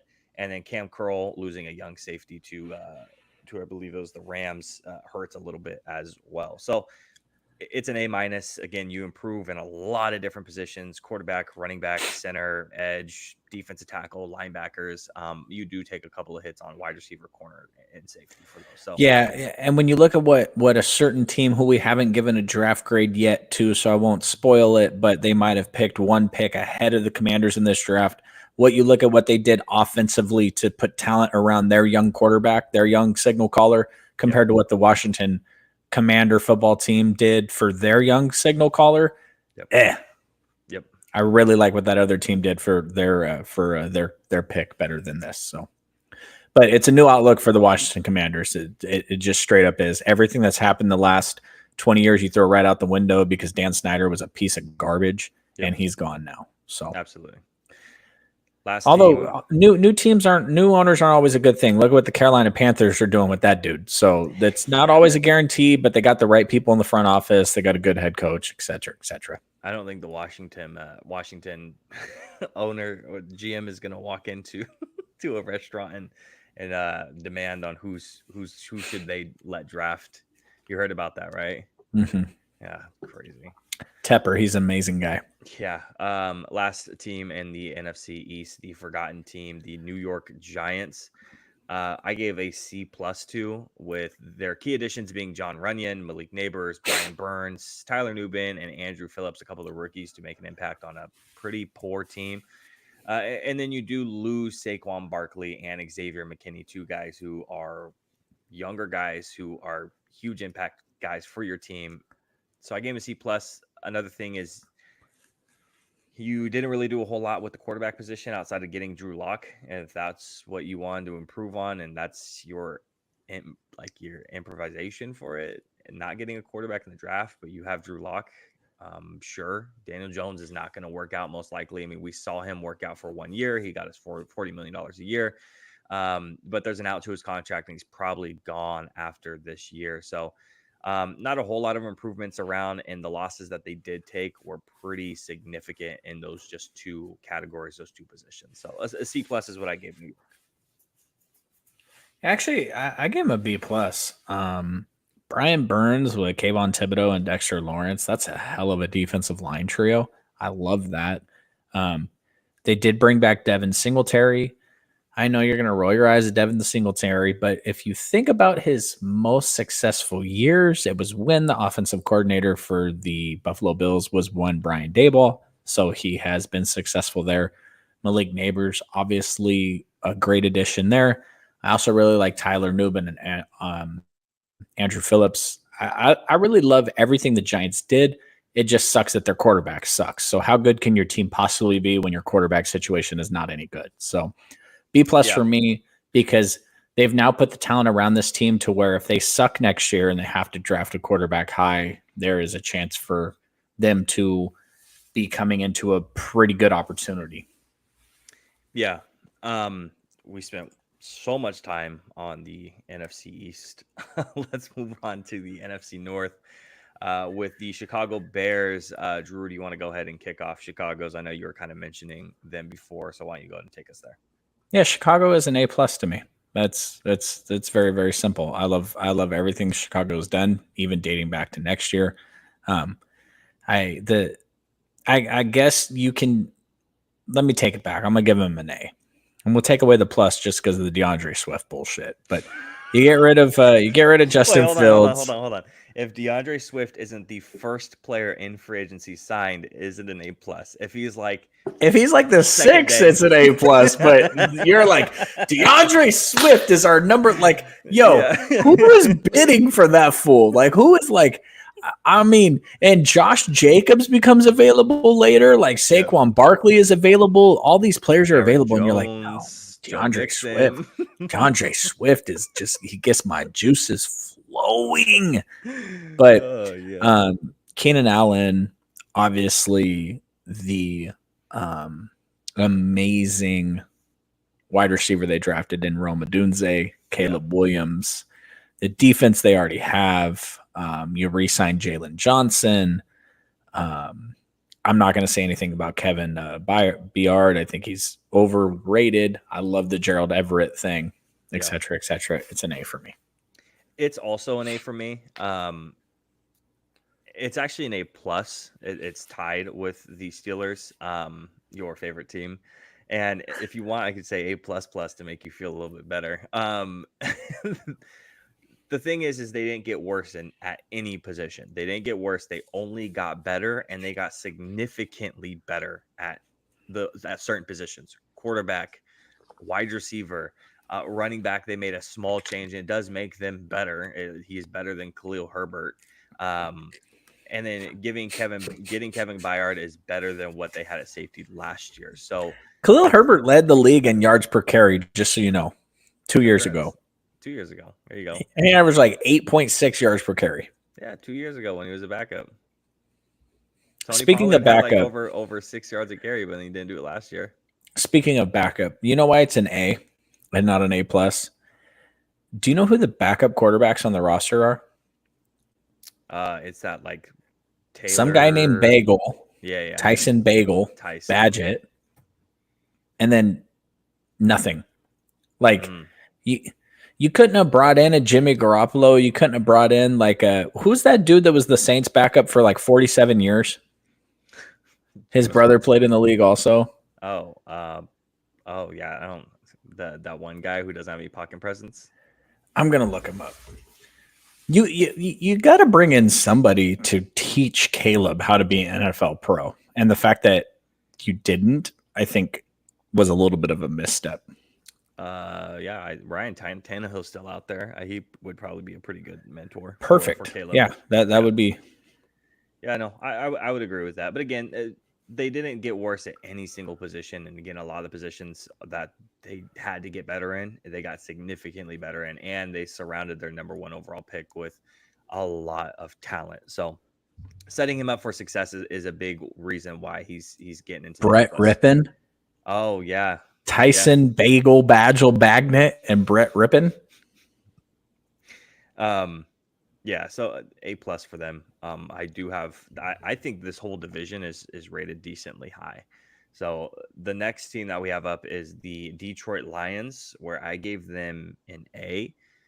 Again, you don't really have any significant losses for the Detroit Lions, but you have a lot of key additions that are going to play a big impact. DJ Reader, huge. Kevin Zeitler, huge. Taron Arnold and Ennis Rakestraw coming in as rookies when you needed corners pretty badly is going to be a big improvement. So I gave them an A. Again, guard, tackle, corner, you all got better in those positions. So I gave them an A for the Detroit Lions, who may or may not ever get back to the conference championship, according to Mr. Dan Campbell. What do you give Luke Detroit? McCown? Oh, yeah, there you go. Dallas Cowboy. Who are we talking about? The Detroit Lions. Sorry. Okay, I gave the Detroit Lions an A+. Okay. I loved everything the Detroit Lions did. I got to tell you what. The Detroit Lions offseason and the Philadelphia Eagles offseason is why I gave your team and my team such terrible grades, because both these teams, which are competitive and going to compete for the Super Bowl next year, compete to make it to the Super Bowl, because I already got the script and the Kansas City Chiefs are winning again, had excellent off seasons. Right. And I apologize because I didn't listen, but they lose Gardner Johnson, obviously.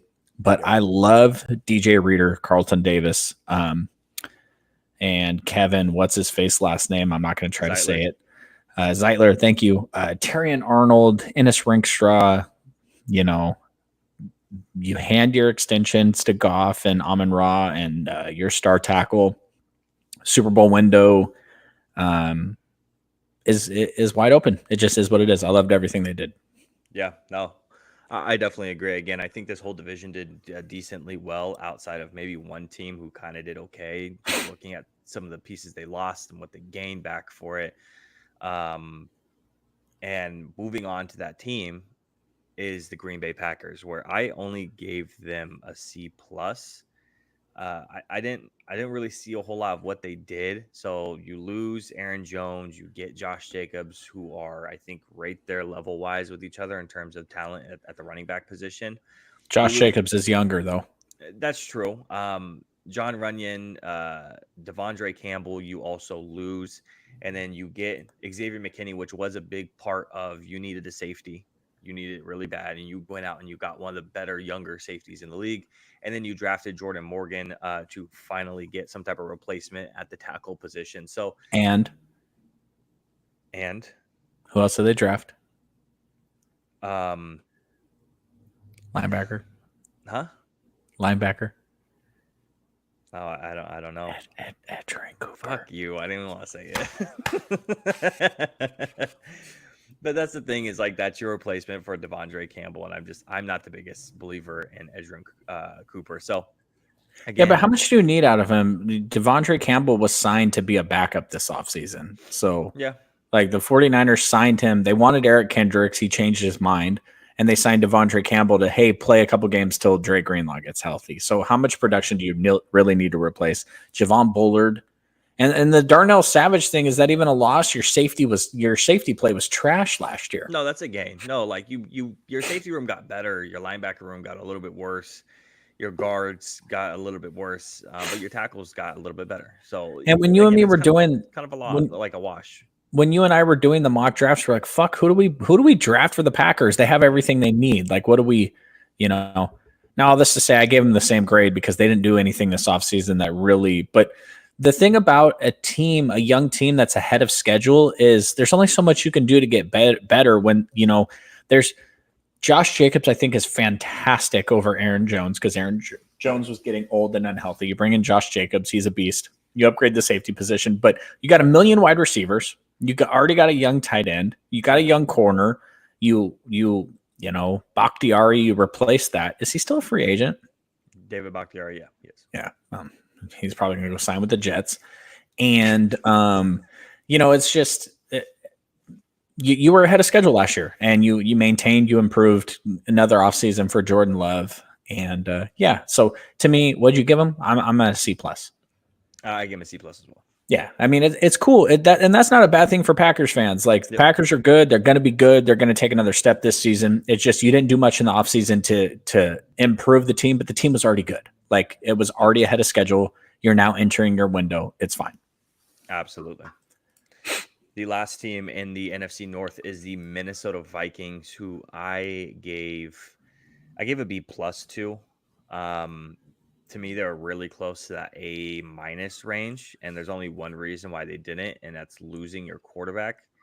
I know there's not much that you could do about that, especially with some of the contract stuff you didn't want to offer them, and then on top of that, the reports coming out that Kirk knew that the Vikings were going to take a quarterback early, and that was one of the things that factored him in not re-signing, and then the Falcons do it anyways without his knowledge until they're about to do it. So you also lose Ezra Cleveland, guard. You also lose Danielle Hunter and Jordan Hicks. You do get Aaron Jones, which your running back, Alexander Madison, played fucking horrible last year. So big ups on that one. Jonathan Grenard comes in and replaces Danielle Hunter, who is younger and is still talented. Dallas Turner is going to go ahead and try to fill those shoes as well. Blake Cashman at the linebacker position, trying to replace Jordan Hicks, who was very good for the Texans, and I thought the Texans should have brought back Shaq Griffin. And Dallas Turner. Yeah, I said, Dallas Turner as well. Did I miss him? Yeah. Sorry, I was so focused on the fact that you haven't mentioned Sam Darnold yet. Yeah, Shaq Griffin at corner, Andrew Van Ginkel, and then JJ McCarthy as well to come in to try to place Kirk Cousins. So I gave him a B+. Again, they were really close on the A- stuff. Really, really close, but B+ is kind of where I landed as well. So, again, Sam Darnold for Drew and all the Sam Darnold stands. Yeah, I went with a B- for them. JJ McCarthy is not going to be as good as Kirk Cousins this season. It's just a fact. Kirk's a really good quarterback. So your team's definitely going to take a step backwards.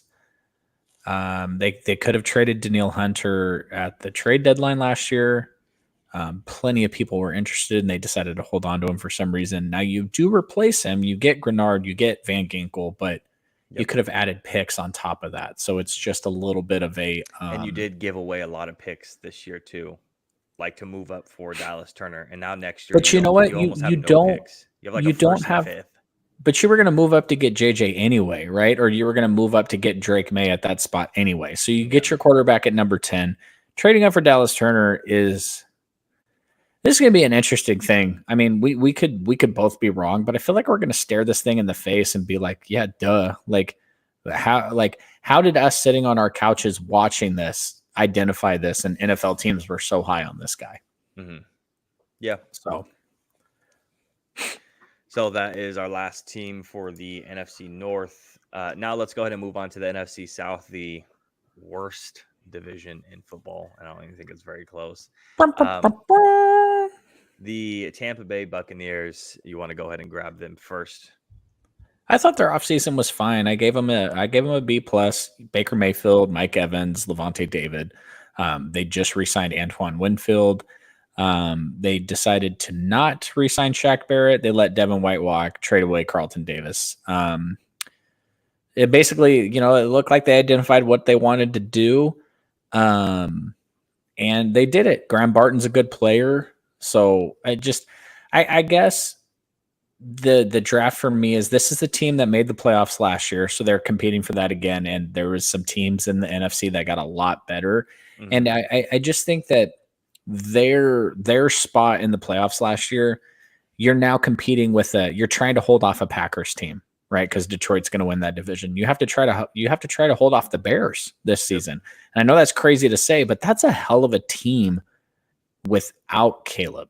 If Caleb's just okay, like honestly, if Caleb can be Derek Carr, if Caleb can be Jimmy Garoppolo, if Caleb can be Baker Mayfield this season, then the Bears are going to make the playoffs because their defense is so damn good. So I'm just not sure. I'm glad you re-signed the guys. I'm glad you got rid of the guys that you didn't want. But what did you do to take your team to the next level? And I don't think they did that. and that's kind of where I'm sitting too. I'm actually a whole grade below you is at a C plus, is a team that only made it in because your division was this bad. You brought back again, like you said, the guys that you wanted to bring back, but even your draft wasn't super significant. Graham Barton is probably the biggest addition because Ryan Jensen goes forward and he retires, which is a big deal. He didn't really play last year. I'm pretty sure he was hurt all last year anyway. So bringing Graham Barton to play the center position is, again, massive. But you didn't, like you said, do a whole lot to really go to the next level. And if there's a team in this division that does take it to the next level, like Atlanta, you're going to have a hard time getting in, and you might not because you're looking to play for that wild card. And like you're already pointing out, there's Green Bay, Dallas / Philly, depending on who wins the division, they're going to be competing. Washington, for fuck's sake, might even fucking compete depending how good Jaden Daniels is. Like, there's teams here that are going to be highly competitive. Chicago Bears are going to be really, really competitive this year, and Tampa Bay didn't do enough to move the needle for me. So I kind of sit at a C plus for them. The Atlanta Falcons are next up, and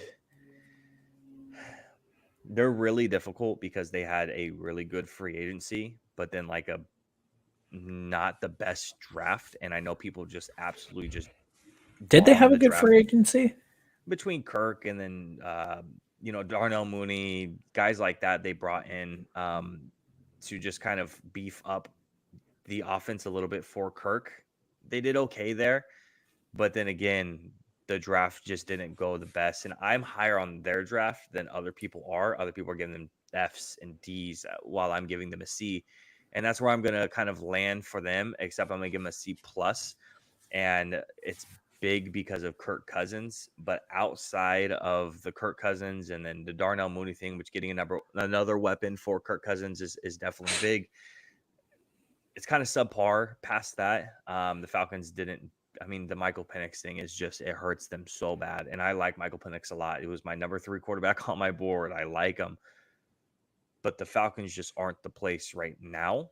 Obviously in like 3 years when he's starting, we might have a different conversation. But right now at the moment, he's at a C plus. And again, he only gets the plus because of signing your quarterback to, again, in a bad division to get you at the top and make it to the playoffs.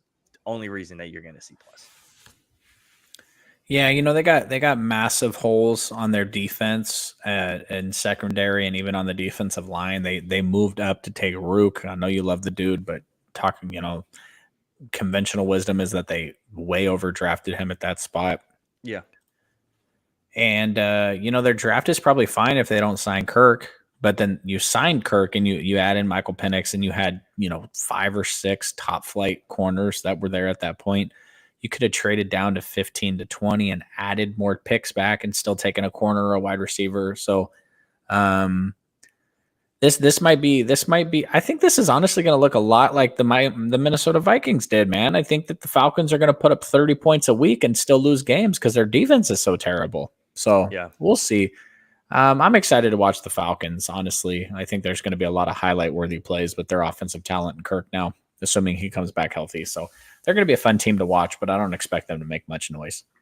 Yeah, no, I definitely agree. Again, this is not a very good division, and this not very good division isn't doing a whole lot to position themselves better to win games and try to win again. A bad division outside the Falcons, that's just because they have their quarterback.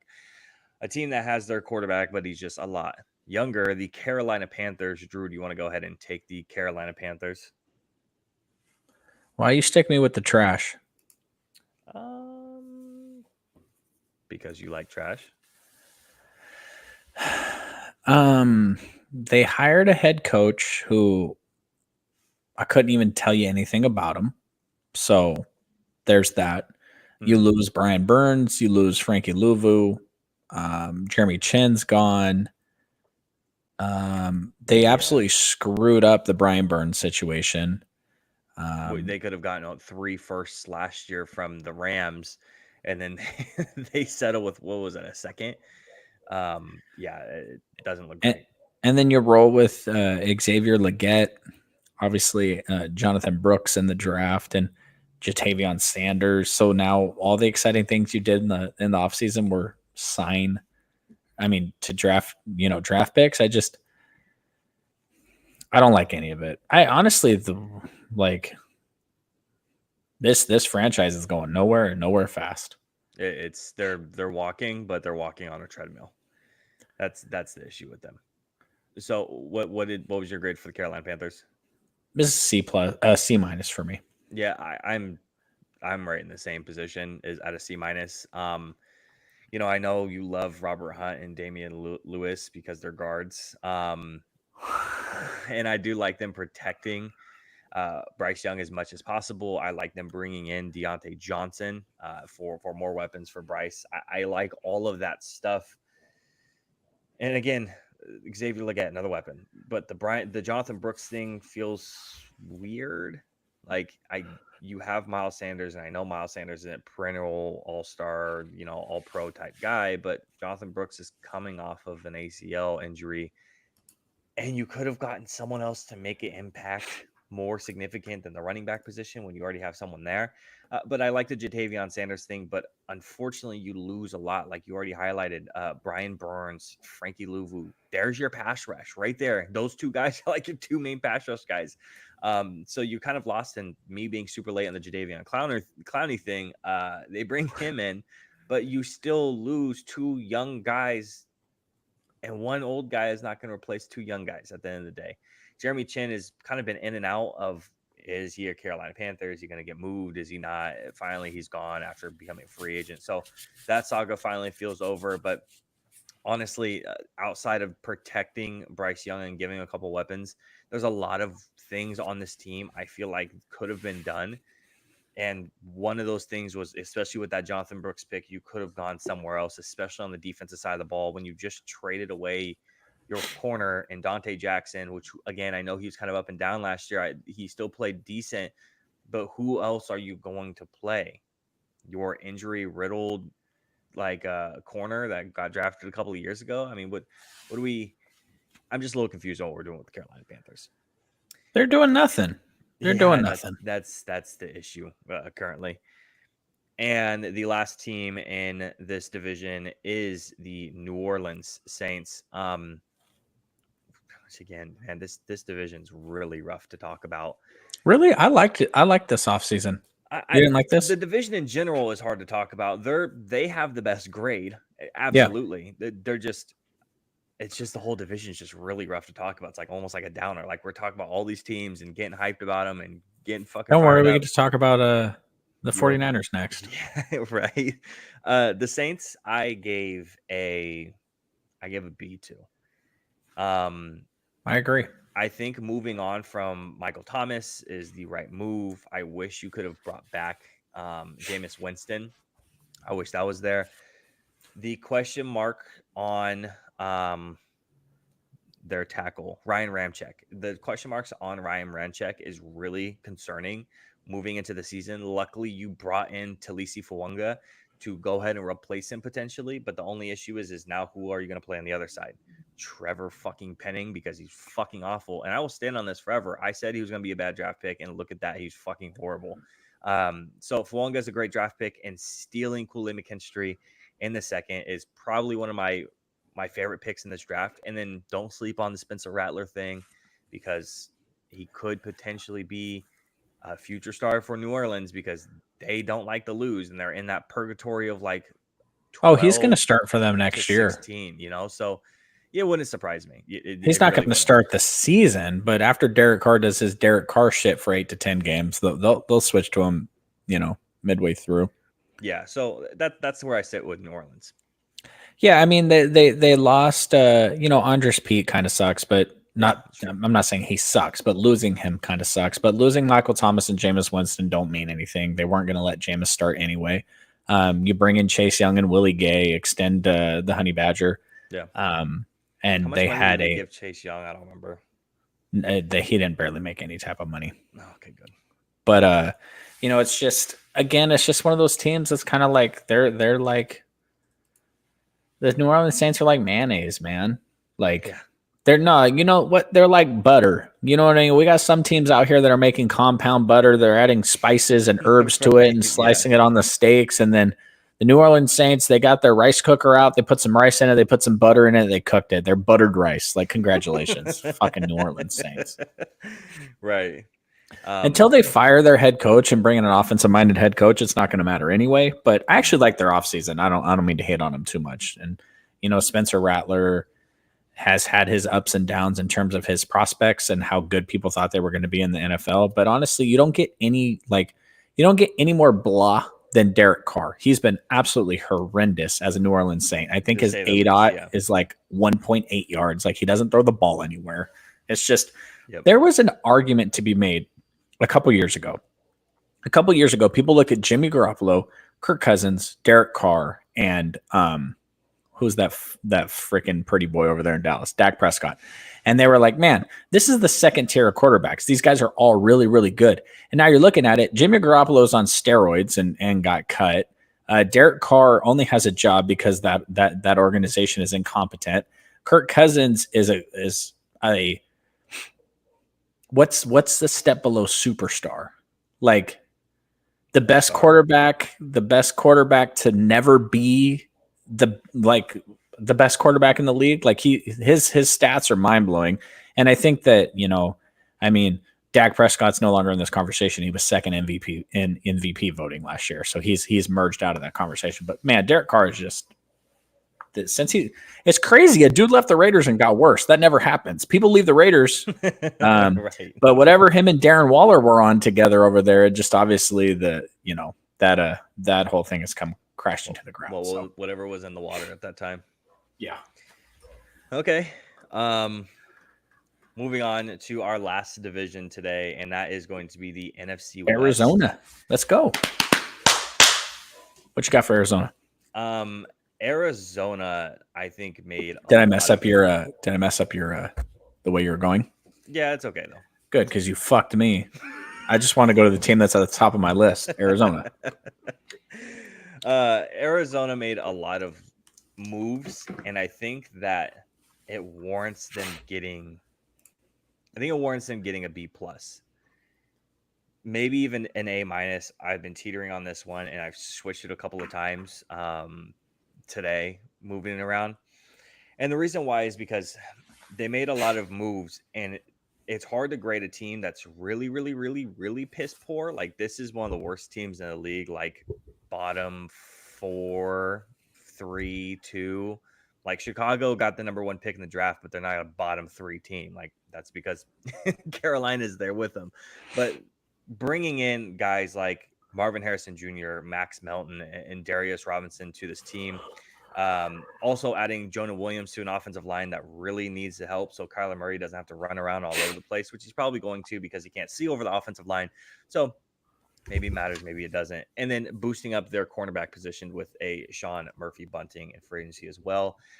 I think warrants a B plus, but I think it skewed a little bit because they're kind of a poor team. Would I want a not Jonah Williams? I like Jonah Williams. Like a Sean Murphy Bunting on like a better team as a team that's stacked with corners? Probably not, but it boosts up a corner room that's really, really bad. So I think this is probably a B plus for me.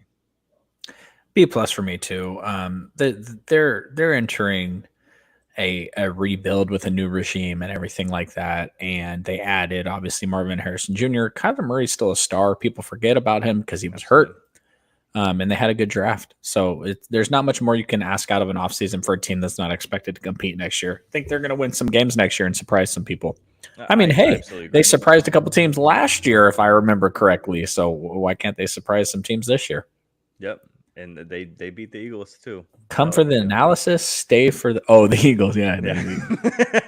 See, I don't give a fuck. They beat the fucking Eagles. That's my cat is freaking out right now. Next team, Drew, since this is your division, who do you want to cover next? You want to take the reins on the next one? Yeah, I want to hear your Rams grade. My Rams grade? Yeah, let's go with the Rams. Why do I feel like you're like kind of, I feel like you're trying to pressure me because of I just know that based off of our conversation about the Rams and what they did this offseason previously, there might be some disagreements here. It's an A. Disagreements are good for the podcast. Yeah, it's an A for me, and I think it's a pretty easy A. If Aaron Donald doesn't retire, I think it's really close to an A plus. The pieces that they brought in on defense, their entire secondary got so much better with Cam Curl and Darius Williams. They brought in another corner as well, and it's slipping my mind currently. But the corners that they brought in, the safeties that they brought in, along with Jonah Jackson and Kevin Dotson, your favorite guards on the planet, protecting an old decrepit Matt Stafford is really important. Also bringing in some of my favorite players in the draft in Jared Verse and Braden Fisk. And then the Blake only Corum. thing that's confusing is the Blake Corum thing for me, because No, I'm not. it's not confusing. All he does is take fucking handoffs and score fucking touchdowns. That's Do you what hate Kyren touchdowns, Williams does. Jacob? That's I know what you're a Kyren Dallas Williams Cowboys does. fan. Do That's you what- hate that's what touchdowns? Kyren Williams scores touchdowns. He's a different type of back. Kyron Williams is a freaking speedy speedster, and Blake Corum's a sledgehammer. Yeah, I mean, I guess. I get it. Listen, I know your team's trying to eliminate the running back position, but some teams still value it. Okay. I think that with all the additions that the Rams made, especially on the defensive side of the ball, that it's really important for them to not rely on the offense as much this year. As explosive it is probably going to be, but making those additions on the defense kind of shows you their hand right now. We want to be a really heavy defensive team. Yes, we still want to score a ton of points, and we want to take advantage of the time that we have with Matt Stafford, having an elite wide receiver, potentially if he can get back to 100% form, and Cooper Kupp, Puka Nacua, two running backs that are gonna crush it, and an offensive line that's stout. We want to just take advantage of the young guys we have now before paying them, bring in a bunch of defensive guys, stack up the defense. Let's go to work. So I think the Rams, are going to be incredibly competitive this year with the 49ers. So the Rams are getting an A. Yeah, I agree. The only thing I think the Rams could have done is maybe brought in a backup plan at quarterback. They don't really have one. Carson Wentz last year. Didn't they sign Jimmy Garoppolo?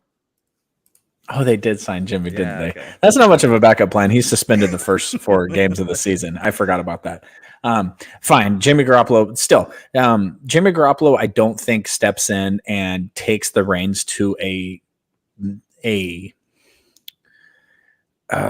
divisional championship type expectation for the Rams here. Right? Like they could compete for that type of thing, right? I don't think Jimmy fills in there. So, yeah. But I don't know. Honestly, I would kind of had a little bit of a nightmare all offseason that they were going to bring in like Jameis Winston, that type of player.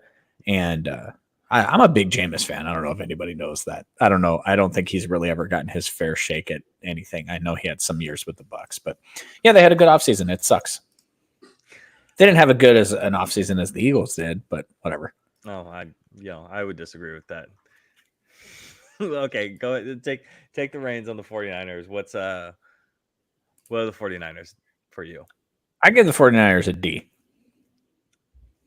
Okay. How much higher were you? Not that much higher.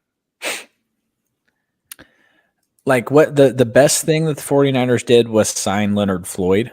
I guess, they signed Gross Matos, Jordan Elliott, but they also lost Eric Armstead and Javon Kinlaw. Now, Javon Kinlaw, I saw you guys and us as like the same grades, pretty much, like losing a lot, not getting a whole lot back in return. Like Javon Kinlaw was a bum, so that's fine. Leonard Floyd, I think, helps us. Chase Young sucked. Losing Cleveland Farrell sucks. Yeah. So all the players we lost on the defensive side, defensive line, we replaced. I really like the Leonard Floyd signing. I think that's underrated. I think that's going to help us. I think it's going to be pretty good. We signed Campbell, but that's because Dre is hurt. So there's that. We brought in, we drafted a corner who's going to play slot corner for us. Generally, rookies don't step in and have a ton of success at slot corner, but whatever. If we can find somebody to play slot corner to keep Diamador Lenore outside, that's a win for us. Yeah. Hufanga, getting him back from injury, that's going to be a plus. Pearsall, whatever. Like, I've watched a lot of tape on him now.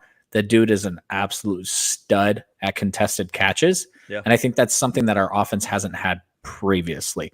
Deebo Samuel doesn't go up and snatch the ball. Brandon Ayuk's always wide the hell open, so he doesn't go up and snatch the ball. Right. But the fact of the matter is we have the most expensive wide receiver room in the NFL, and we don't throw the fucking football. So unless Kyle Shanahan's going to come out, listen, if Brock Purdy's going to throw the football 30 to 40 times a game next season, then I'll shut up about everything we're going to do. But just the way that we've continued to build this team, I think we could have let the Pearsall thing go and drafted a right tackle, which could potentially be a left tackle of the future, moved up to do something like that, and I'd have been a little bit happier just because of Pearsall is great in theory, but when you're talking about the offense that we run, it just doesn't make sense now that we have two.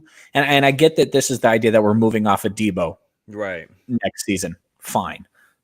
But again, what he does well is not the way Kyle Shanahan has run his offense in the past. So unless all of a sudden he's going to have this huge, and the other thing that's a little underrated here is you bring in a first-time defensive coordinator, which is fine. I'm cool with that because the 49ers defense is like Fred Warner runs that defense. It's fine. They're going to be fine. But you also bring in Brandon Staley for what? In case this dude doesn't work out, then why the fuck did we just not give Brandon Staley the job? I know Brandon Staley's going to bring in some different concepts and he's going to do a couple different things and you're going to see a different wrinkles with the 49ers defense this year, which should make us better. But it's a little suspicious when it would be like if, hey, we're going to give you here, Jacob, here you go. You're now the foreman. You're now running work. And then when you show up at the job site on Monday morning, your dad is standing over there in the corner. What the fuck is he doing here? I'm supposed to be running this job. Oh, so if I fuck up and suck, you're going to give it to my dad? That's kind of what it feels like with Brandon Staley. He's just hanging out. He's just like, ooh, okay, I'm here. I'm watching what's going on. But if things don't work out, they're just like, boom, you're the defensive coordinator. And maybe they were upset because they didn't have that on the staff last year when Wilkes was not doing what he needed to do. But still, how are you going to be successful when Plan B is sitting right next to you? Yeah, it's a little bit weird. I think the most significant addition outside of Leonard Floyd that happened for you guys was Dominic Puni. I think he's gonna make an immediate impact on your guys' team. Obviously, you highlighted everything really well, so I'm not gonna re-chalk it all up. I would fucking hope so. I just the only thing is just I think Puni's gonna make a pretty big splash impact this year for you guys. Yeah, he's gotten some rave reviews at rookie training camp, which I'm just gonna put this out here. Rookie training camp doesn't fucking matter. They're playing against players that aren't even NFL players, players that aren't even undrafted free agents. They're not even getting invites. They're just out there for bodies. But there was a lot of talk about him that this may be a potential tackle development player, a player that could slide to tackle eventually, which was not something that I read much about leading up to the draft with him. But then again, the offense that we run and the agile nature that our tackles need to be, it makes sense that he's not, a 360-pound guard. So, yeah. And that is all of our offseason grades. I know I was going to fuck you up by going, poor Seahawks. They don't even get mentioned on this. Oh, they did, dude. See, oh my gosh. They don't deserve it, but wow, I cannot believe why don't you go ahead and I totally exit out of my dock because I have my games on another one. Why don't you go and start off? So you lose Pete Carroll, but you replace him with Mike McDonald, who is one of the best defensive minds in the game. You lose bigger names than you added, Jordan Brooks, Bobby Wagner, Damian Lewis. Obviously Leonard Williams comes back, so that's good. Their draft, Byron Murphy was cool. We both love Christian Haynes. Yeah. But the thing is, Seattle didn't do anything. You're not competing with the Rams. You're not competing with the 49ers. You're still trotting Geno Smith out there. So, whatever. Tapioca pudding here. Yeah, I feel like this is another team that's kind of revealing their hand like the Rams are. They want to be a heavy defensive team. And bringing in a Byron Murphy and a Byron Murphy is going to be pretty significant. Re-signing, obviously, Leonard Williams is going to be inevitable, especially with the draft capital that you gave up to sign him. To me, this is a B-, especially losing. I know Bobby Wagner is old, but he also made a huge impact on your defense. Jordan Brooks, impact on the defense. Damian Lewis, guard for your quarterback. So you're losing a couple of pieces, and then it's still kind of weird because you bring in a good defensive minded guy and Mike McDonald coming over from Baltimore, and you're losing some of the defensive pieces. It's a little strange, but again, Byron Murphy comes in with a replacement. For some of the pass rush, and then Christian Haynes comes in for a replacement for Damian Lewis, which again, I love Christian Haynes. So maybe you're going to run the ball just into the ground because Christian Haynes is a great run blocker. So also I would like to see a little bit better development next year out of their left tackle since he took a step back. So it's a B minus for me, just because, like you said, didn't do a whole lot, and you're kind of stuck in the middle of this division where, like you said, teams get better, Arizona gets better, and the Rams get better, and you're not better than the 49ers. So are you finishing last place in this division? And Yes. that's going to be nail in the coffin for Geno, who is already, 1 foot out the door. So they got the worst quarterback in the division. They're going to finish last in the division, which is funny because that might be 7-9. But yeah. Okay, well, now that's our offseason grade, since I was just going to completely skip over. So to be clear, you think that the Pittsburgh Steelers had the best offseason? Them, and let me go back to my grades. There was one more, and the Bears. Okay, that's fine. Yeah, and then I think the Lions are really close to them too. So the NFL schedule got released yesterday as of recording this, and that's my air horns. Dude, the schedule, a couple of these weeks are great. Week 1 specifically is like the most insane week 1, I feel like, and it was pretty exciting to look over this again. I told you, like, I had a ton of games I was looking forward to. I put like 30 games down that I was like, oh, this could be interesting, this could be interesting, this could be interesting, this could be interesting. So I do have my top 10. I have a couple of honorable mentions too. I don't know if you have any. Again, I told you I had a ton, so I'm not sure if you had a couple that didn't make your top 10, but you were like, oh man, this almost made it in. Well, you asked me how I wanted to do this, and I originally wanted to go, all right, let's pick the best game week by week. But then I sat down to look at week 1, and I was like, oh, fuck, Ravens, Chiefs, Packers, Eagles, 49ers, Jets. Like, that's not going to work. I'm not axing these great games. So, yep, absolutely. So, couple of honorable mentions, if you don't have any, is I have the just looking down my list, I have Ravens at Cowboys week 3. I have Commanders at Bucks week 1, and that's just Jaden Daniels his debut. Bears versus Titans week 1, that's Caleb Williams' debut. Texans at Chiefs week 16. I could see that being huge for seeding. And then my number 11 is Eagles versus Packers week 1. So I think that one's going to be big as well for setting the tone for the rest of the years for both of those teams. All right, perfect. So none of my top 10 landed on this list. And just to clear this, I did not take in the weeks into consideration. I didn't take any of this into consideration. I sat this down as Drew Taylor sitting his fat ass on his couch, and he wants to watch enjoyable football. What are the top 10 games that if I could request the time to sit on my couch and watch, which games would those be? Outside of obviously all the 49ers games. Right. Okay. Drew, do you want to tell me your 10 through 6? And then we can, I could say, oh, I have those ones in the same spots. And then we could kind of just discuss a couple of them. So 10 through 6, go ahead. Okay. Number 10, Falcons at Vikings. I think this one is obvious. You got Kirk Cousins against the Minnesota Vikings. Duh. Okay. I think this is, in terms of sitting down and watching this game, I think this is obviously very clearly why people are going to want to watch this game. Okay. I didn't have that one on my list. What? It's Kirk Cousins, dog. Yeah, I didn't have it on there. Okay.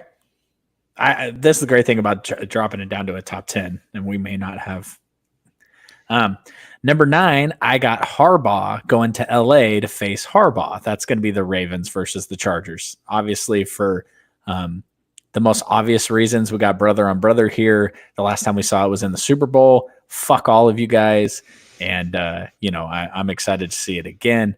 I don't think the Chargers are going to have much in the way of putting anything up against the Ravens. This might be a massacre. but it's always good to see Jim Harbaugh throw a fit on the sidelines. So I'm excited. Another one I didn't have on my list. Let's go. Number 8. 49ers, they go east to Miami and they play the Dolphins. This could be a very high scoring game.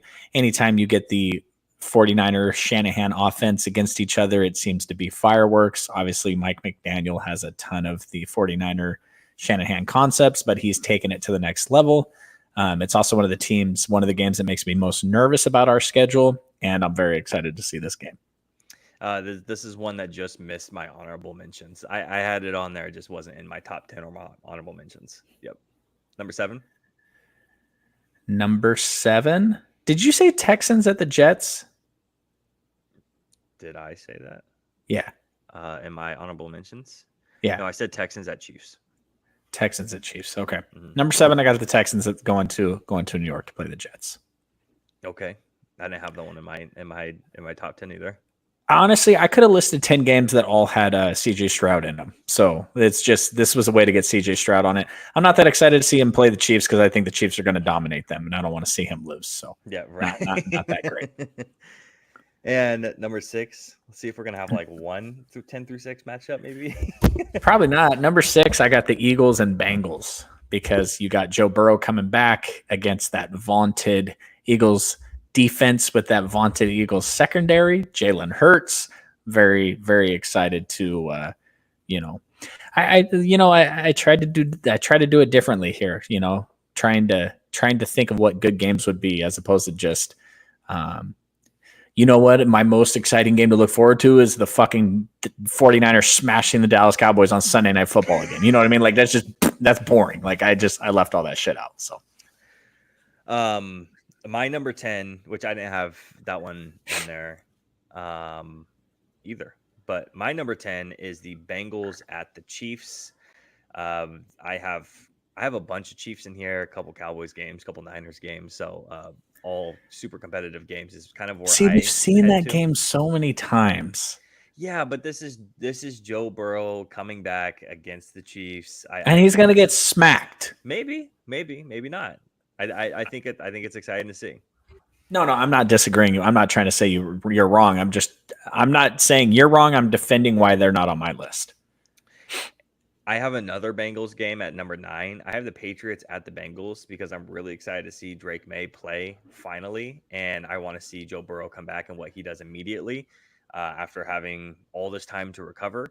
So I'm excited to see how much he's in form for that next game, that next week. And I'm excited to see what Drake May does with this kind of subpar offense in the very first game that he plays. A super honorable mention on these, obviously, is going to be all those quarterbacks, their debuts, and watching them because we spent so much time this offseason really diving deep into them and figuring them out. So honestly, anytime one of these young quarterbacks is on TV, even if it's Bo Nix, I'm going to sit down to watch him. Yep, absolutely. My number 8 is Bears versus Packers, week 11. Both teams in full stride, trying to make it for some type of wild card. Because again, the assumption is the Lions win the division, but they're vying for the wild card spots, and that's Caleb Williams should be in full midseason form, and so should the entire Packers team. So everyone should be pretty familiar with each other. And there's always seems like a pretty good game when Bears Packers go back and forth. And with both of them assumingly being good this year, I think it's going to be pretty exciting week 11, which they do play each other earlier. I just wanted it to be later so they're more familiar with each other going in, especially playing at Lambeau. I think it's going to be cool.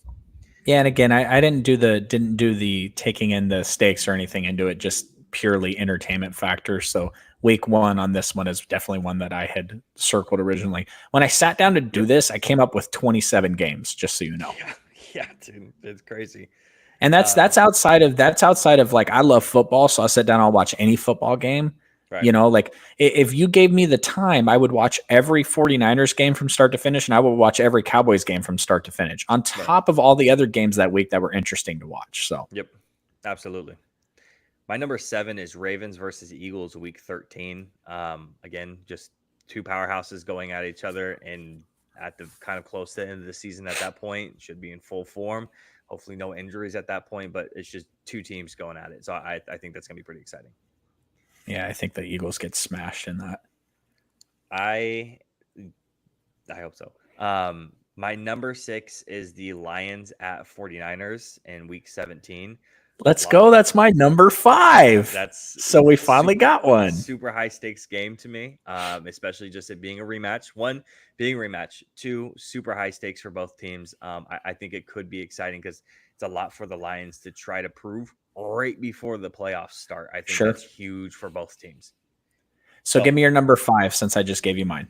My number 5 is Texans versus Ravens because I think the seeding week 17 for the first of all, just the teams going at each other is going to be exciting. Second of all, the seeding for that at the end of the year, I think is going to be really, really big. All right, so I'll give you 4-3-2, and then I'll all right.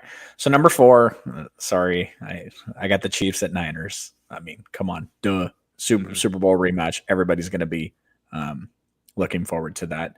Yep. Number 2. I got the Chiefs at Bills, and I kind of, I'm sorry, number 3. I got the Chiefs at Bills. Kind of broke my own conventional wisdom here, but let's go. It's the Chiefs and Bills. We got to be excited about that. And number 2, my second most exciting game to watch this season is going to be some Texas on Texas crime when Houston plays the Dallas Cowboys. It was really close to my honorable mentions. Yeah, it was really close.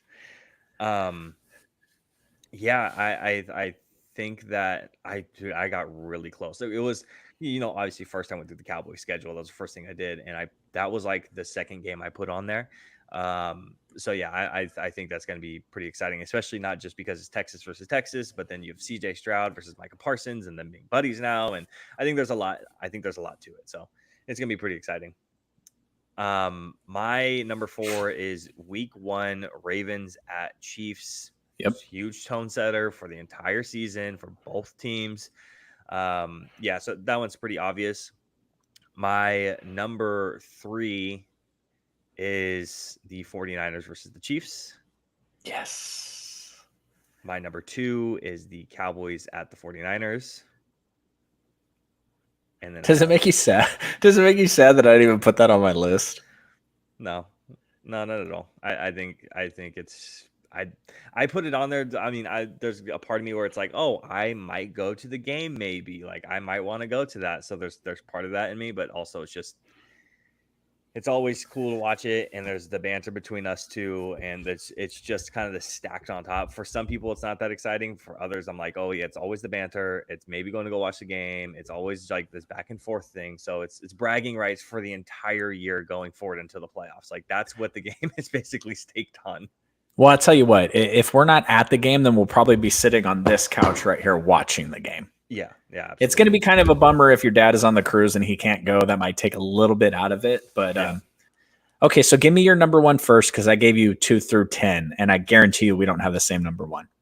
Probably not. I like the high stakes games for seeding, so my number 1 is the Cowboys versus the Eagles week 17.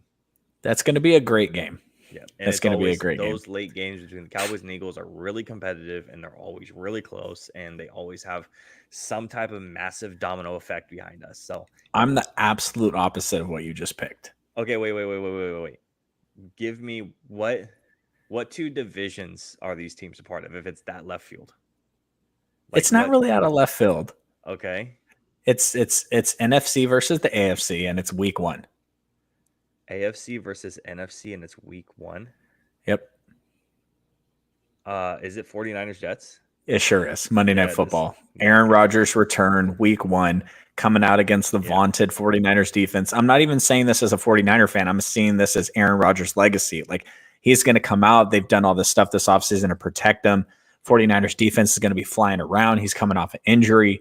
Super fucking exciting. I think honestly the ratings on this Monday Night Football game are going to be bonanzas. You said Monday night? Yeah. Jesus Christ. We're talking about this, and honestly, when we get closer, because I feel like this is going to be like a couple of week thing once we talk about it initially, but once we get close to the season, right before the season starts, like predicting like records for everybody is going to be pretty exciting. So we're talking about this now, but it's definitely going to come back up when we're predicting records for everybody. put together a flow chart of who plays who. And the 49ers got fucked once again. They got like the fourth most miles traveled. They're facing 4 teams coming off their bye. And then the team that they play on Thursday Night Football. So the next week should be an advantage for them, right? Because they got all that time off. No, because it's the fucking Chiefs. And guess what? The Chiefs get to play the 49ers off their bye. The Chiefs get to take their bye and then play the 49ers. Fucking bullshit. Might want to edit that part out for all the profanity. Sorry.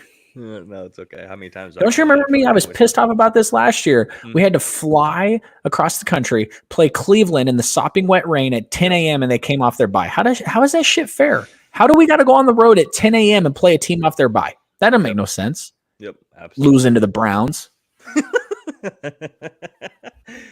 All right. I mean, frankly, regular season games really don't matter. They're completely overrated in terms of what the hell happens in the playoffs. But still, that shit's bullshit. Yeah. And I'm tired of losing to the Chiefs. It's okay. I'm tired of losing to the Niners. So, somewhere in the same basket.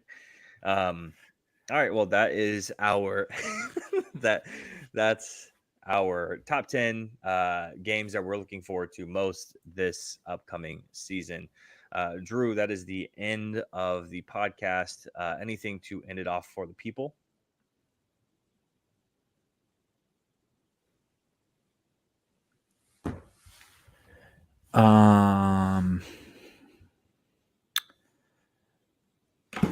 Yeah.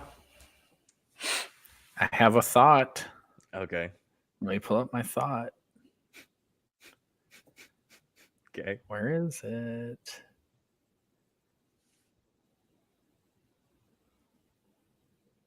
Oh, okay, perfect. Yeah, I'm on the I know this is going to be, if any of you guys have tuned in lately, I'm on the Dallas Mavericks to the NBA Finals bandwagon, just so everybody knows.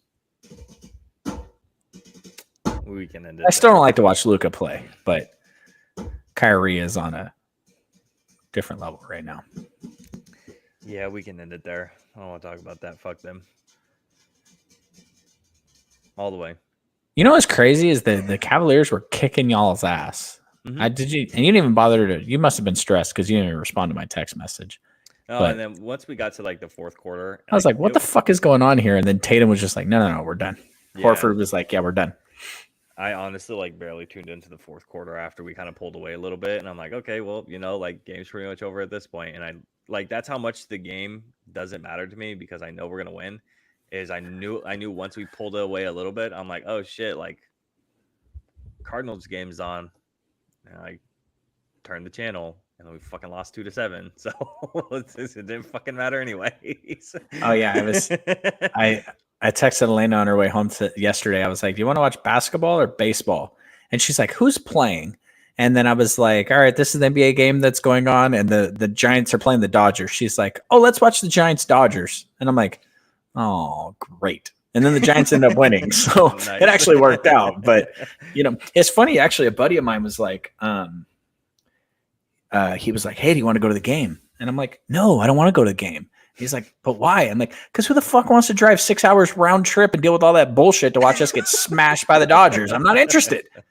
When I go to games, the 49ers Cowboys games are the only games I ever go to where like the outcome is not like predetermined before I go. If I'm going to a Kings game, which is a little different because it's 20 minutes away, but if I'm going to the games that I've gone to in the past 49ers game, we played the Commanders on Christmas Eve and we smashed them. We played the Giants last year on Thursday Night Football. We smashed them. Those are the games I like to go to. I don't want to go to no fucking Kings Celtics game and watch them lose by 30. That's just not fun. And I'm still making the payments on those damn tickets. It's like that shit. The NBA season is over. The NBA season is over, and I'm still making payments on those goddamn Celtics tickets. It's just bullshit.